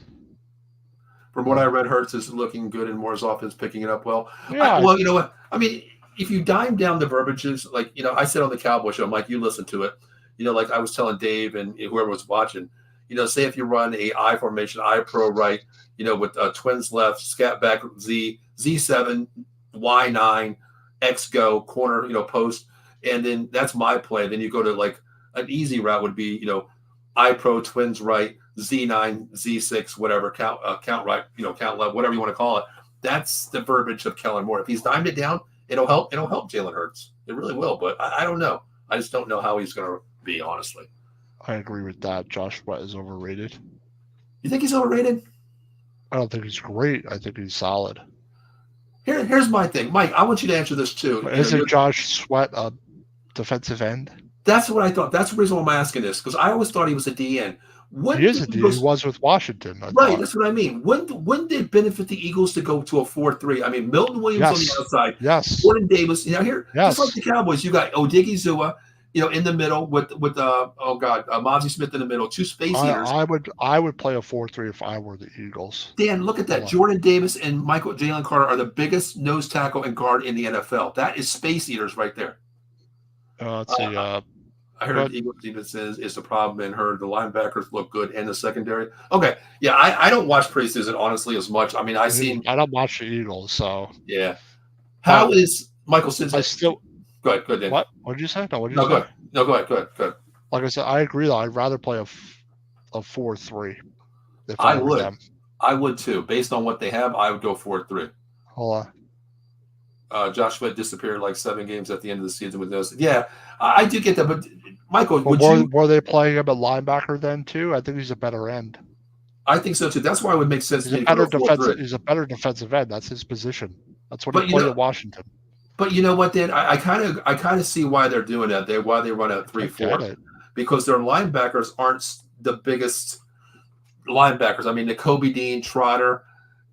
You know what I mean? No. And Nolan Smith Jr. They're undersized linebackers, Dan. To me, they're undersized linebackers, all 3 of them, right there. Yeah, well, I still think you could play a 4-3. I would go still can't tackle.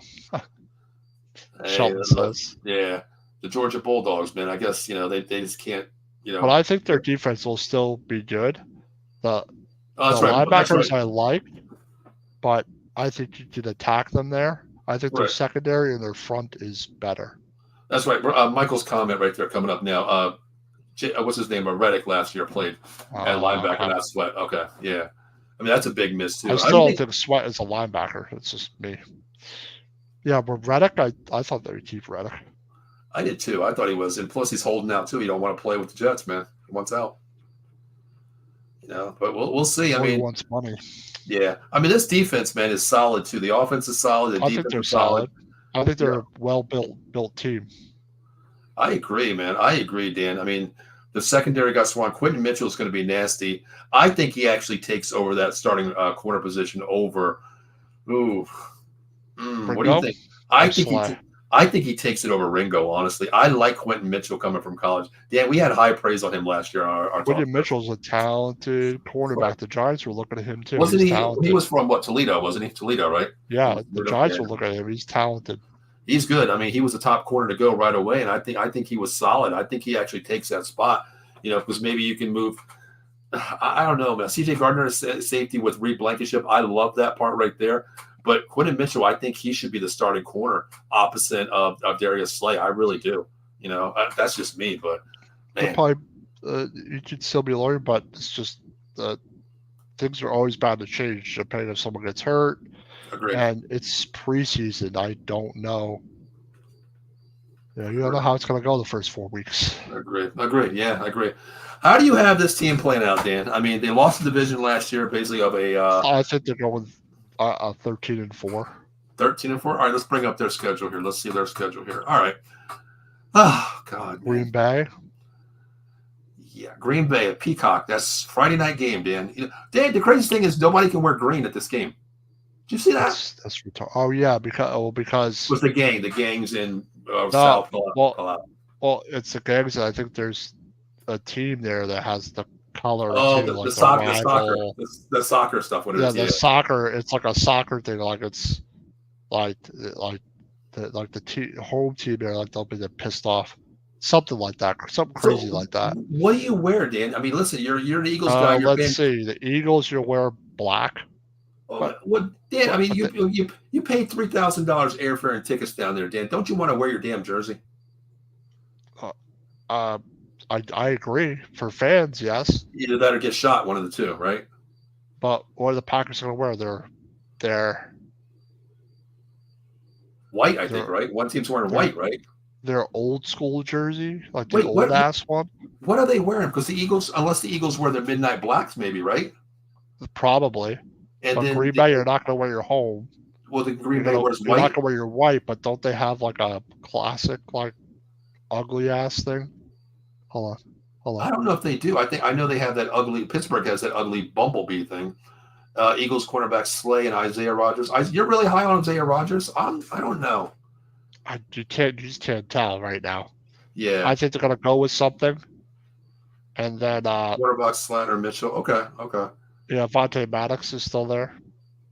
Michael, do you think Quentin Mitchell can crack the starting nod on the corner though? I think he actually beats out Ringo though. That's my thing. He's talented. He's talented, man. I know a lot of people say, coming from Toledo, you don't play high quality, people. But man, the way I see him play, Toledo games last year, he's nasty. A talented player. He's nasty. Yep. The Eagles love Rodgers. Okay. All right. Gotcha. All righty. Yeah. Well. But through their schedule, they play Green Bay. Should they can win? Okay. Atlanta, the Saints, the Bucks, the Browns. Okay, I got 1. The Giants, the Bengals, 3, 4, 5, the Jags, 6, Dallas again, 7, Dallas, Washington, 8, the Rams, 10. Baltimore. I think they lose to Baltimore. Okay. Close game. Carolina will beat Pittsburgh, Washington, Dallas, and then us. The Giants. Dan, I have them at 12-5. Yeah. 12-5. What do you think they're going to lose to Cleveland? I honestly think they're going to Baltimore split. They're going to split with us, Washington, or Dallas. Okay. Eagles got Mike has 12-5 as well. Okay, here's my losses, Dan. I haven't beaten Green Bay. No, I haven't beaten Green Bay. Week 1, I think that the element of the unknown, Saquon Barkley. I'm going to give them the Eagles that there because the hidden unknown is there. They're going to run the ball, something we don't really see a lot from the Eagles. They lose in Atlanta. Okay. They're that good. Early, they're going to beat them. We don't know Kirk Cousins done with Kyle Pitts, Drake London, Bijan Robinson. They don't know. We don't know yet. I'm going to give them the loss. My losses are Atlanta, Dallas, Baltimore, Rams, Pittsburgh. And then the last game of the year between you and I think it's one of us that beat them because they're going to be 2 games ahead of Dallas, and they're going to rest a little bit, Dan. Yeah, depending where they are. Yeah, I think Dallas is below 2 games going into the head-to-head matchup with Dallas in Week 17. I think that the Eagles are going to sit right there. I think they're going to win one of those games to get the home field advantage because you got to remember if they play. I got a feeling Washington could beat them one time. You think so? Daniels will be 10 to 11 games into the season. And it's later in the season, though, Week 16. Okay. Because they almost beat them last year. I thought that they almost beat them last year, like a crazy game. You know what, Dan? I might go Week 16 for an Eagles loss because look at the schedule, Dan. Look at Week 13. You're playing Baltimore, a very tough loss. I think you lose there. Physical game, defense is nasty. Then you go to Carolina. You got a tune-up game, okay? Then you play Pittsburgh another physical, nasty game. You got 6 days off. Then you're playing the Commanders, a team that knows you, that can beat you. Dallas, and every game is close, Dan, with the Washington Commanders. That's what I mean. So that's why I think they could split with Washington. Split with Dallas. Man. Maybe sweep us. But everybody's sweeping you, is what you're saying. Know. I'm going 12-5. Dan. I'm going to go 12-5. 12-5. Yeah. I'm going to say 12-5 also. I was going to go 13-4, but it's possible. Do you see any trap games, Dan, for the Eagles? Week 7, us. You think so? Coming off that Cleveland game, back-to-back AFC North games. Well, what in between? Maybe. Dan, what do you think? Giants suck. That's always a team like that. Okay. The Rams. I know we did every division, Dan, but how do you feel about Jacksonville there, Week 9? What do you feel about Jacksonville? Maybe it's at home. Yeah, that's what I mean. Maybe the Bengals. You know what? The team that could surprise me is the Rams, though. Honestly, Cooper Kupp comes back healthy. If they're healthy and their offense is what it usually is, their defense will be good, but their offense, if they stay healthy, should be different. And I think that's the game where Barkley goes off because no Aaron Donald in the middle anymore. Yeah, Could go off on us, but we have Dexter Lawrence. I don't think in the NFC East, I don't think Barkley's going to have the big year running up the middle, Dan, because every team in the middle, I mean, you look at the Commanders, Jerome Payne, Jonathan Allen, us, Mozzie, Lawrence, Parsons, you guys are, all three teams are strong in the front four, Dan. You're not going to have those big blast of runs, regardless of who you have in the back. Even with Derrick Henry, I think he's going to have a long day too. And if you think really about it, But yeah, oh my God, Dan, wow, 2 hours, man. We got to cover 2 divisions tonight. But Dan, you know what? Next week, what do you want to talk about next week, Dan? Because all the divisions are done. How about we do a ranking show? What do you think about doing a ranking show next week, Dan? Yeah, that sounds good. We'll do the AFC and NFC. We'll rank our teams, 16 down all the way down to the tops, and we'll give our early predictions of division winners, playoff seeds, playoff conference winners, and we'll go to a Super Bowl winner. How's that? All right. And then we'll revisit that at the end of the year and say, damn, we were totally wrong about that, huh? Why not? Why not? Dan, when are you on again, man? Tomorrow at 8 o'clock, Big Blue Power Hour. Oh, what are you guys going to talk about tomorrow, Dan? I'll talk about how the Texans game, players on the bubble, the season coming up. There's another subject, a little bit about the game coming up, the last preseason game versus the Jets. Gotcha. They're also enjoying practices with the Jets this week. Dan, real quick, are they playing their starters this weekend or no? The Giants, are they playing them? I'm going to say no, but maybe some. Some, okay. Is anybody that you want to play, that need to play?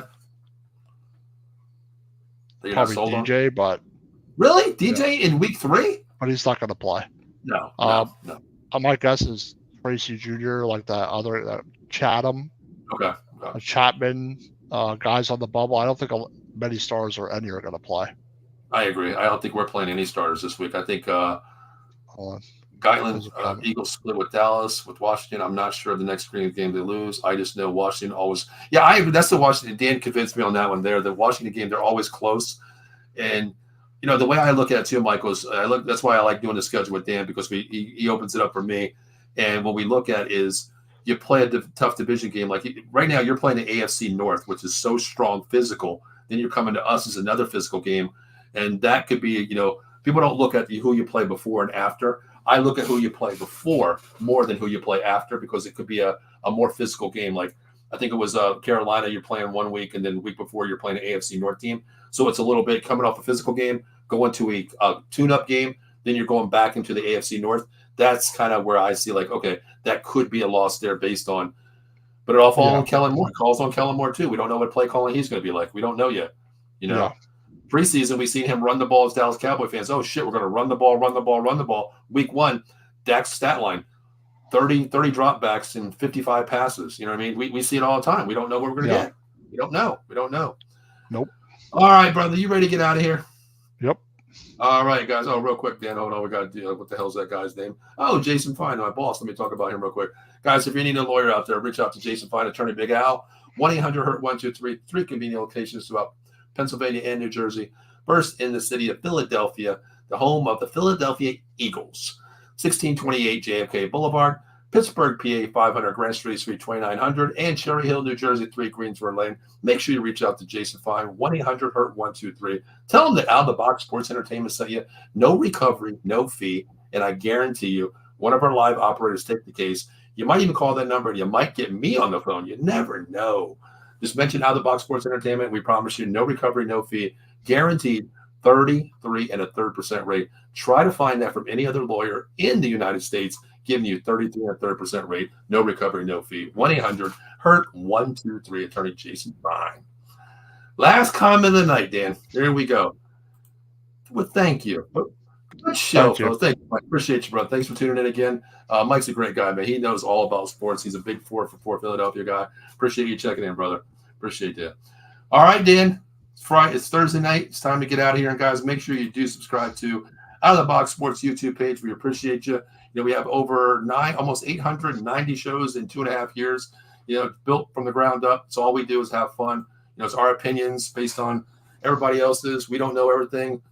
Teach us what we don't know and teach us what we do know. So that's all I ask you guys to do. So, Dan, you ready, brother? Yep. Have a good night, everybody. Myself, Paul Spencer. That is Dan Connor. We'll see you next Thursday night, 6 p.m., and we'll give you our predictions for our division winners, conference winners, Super Bowl champions. So until then, we'll see you next week. Have a good night.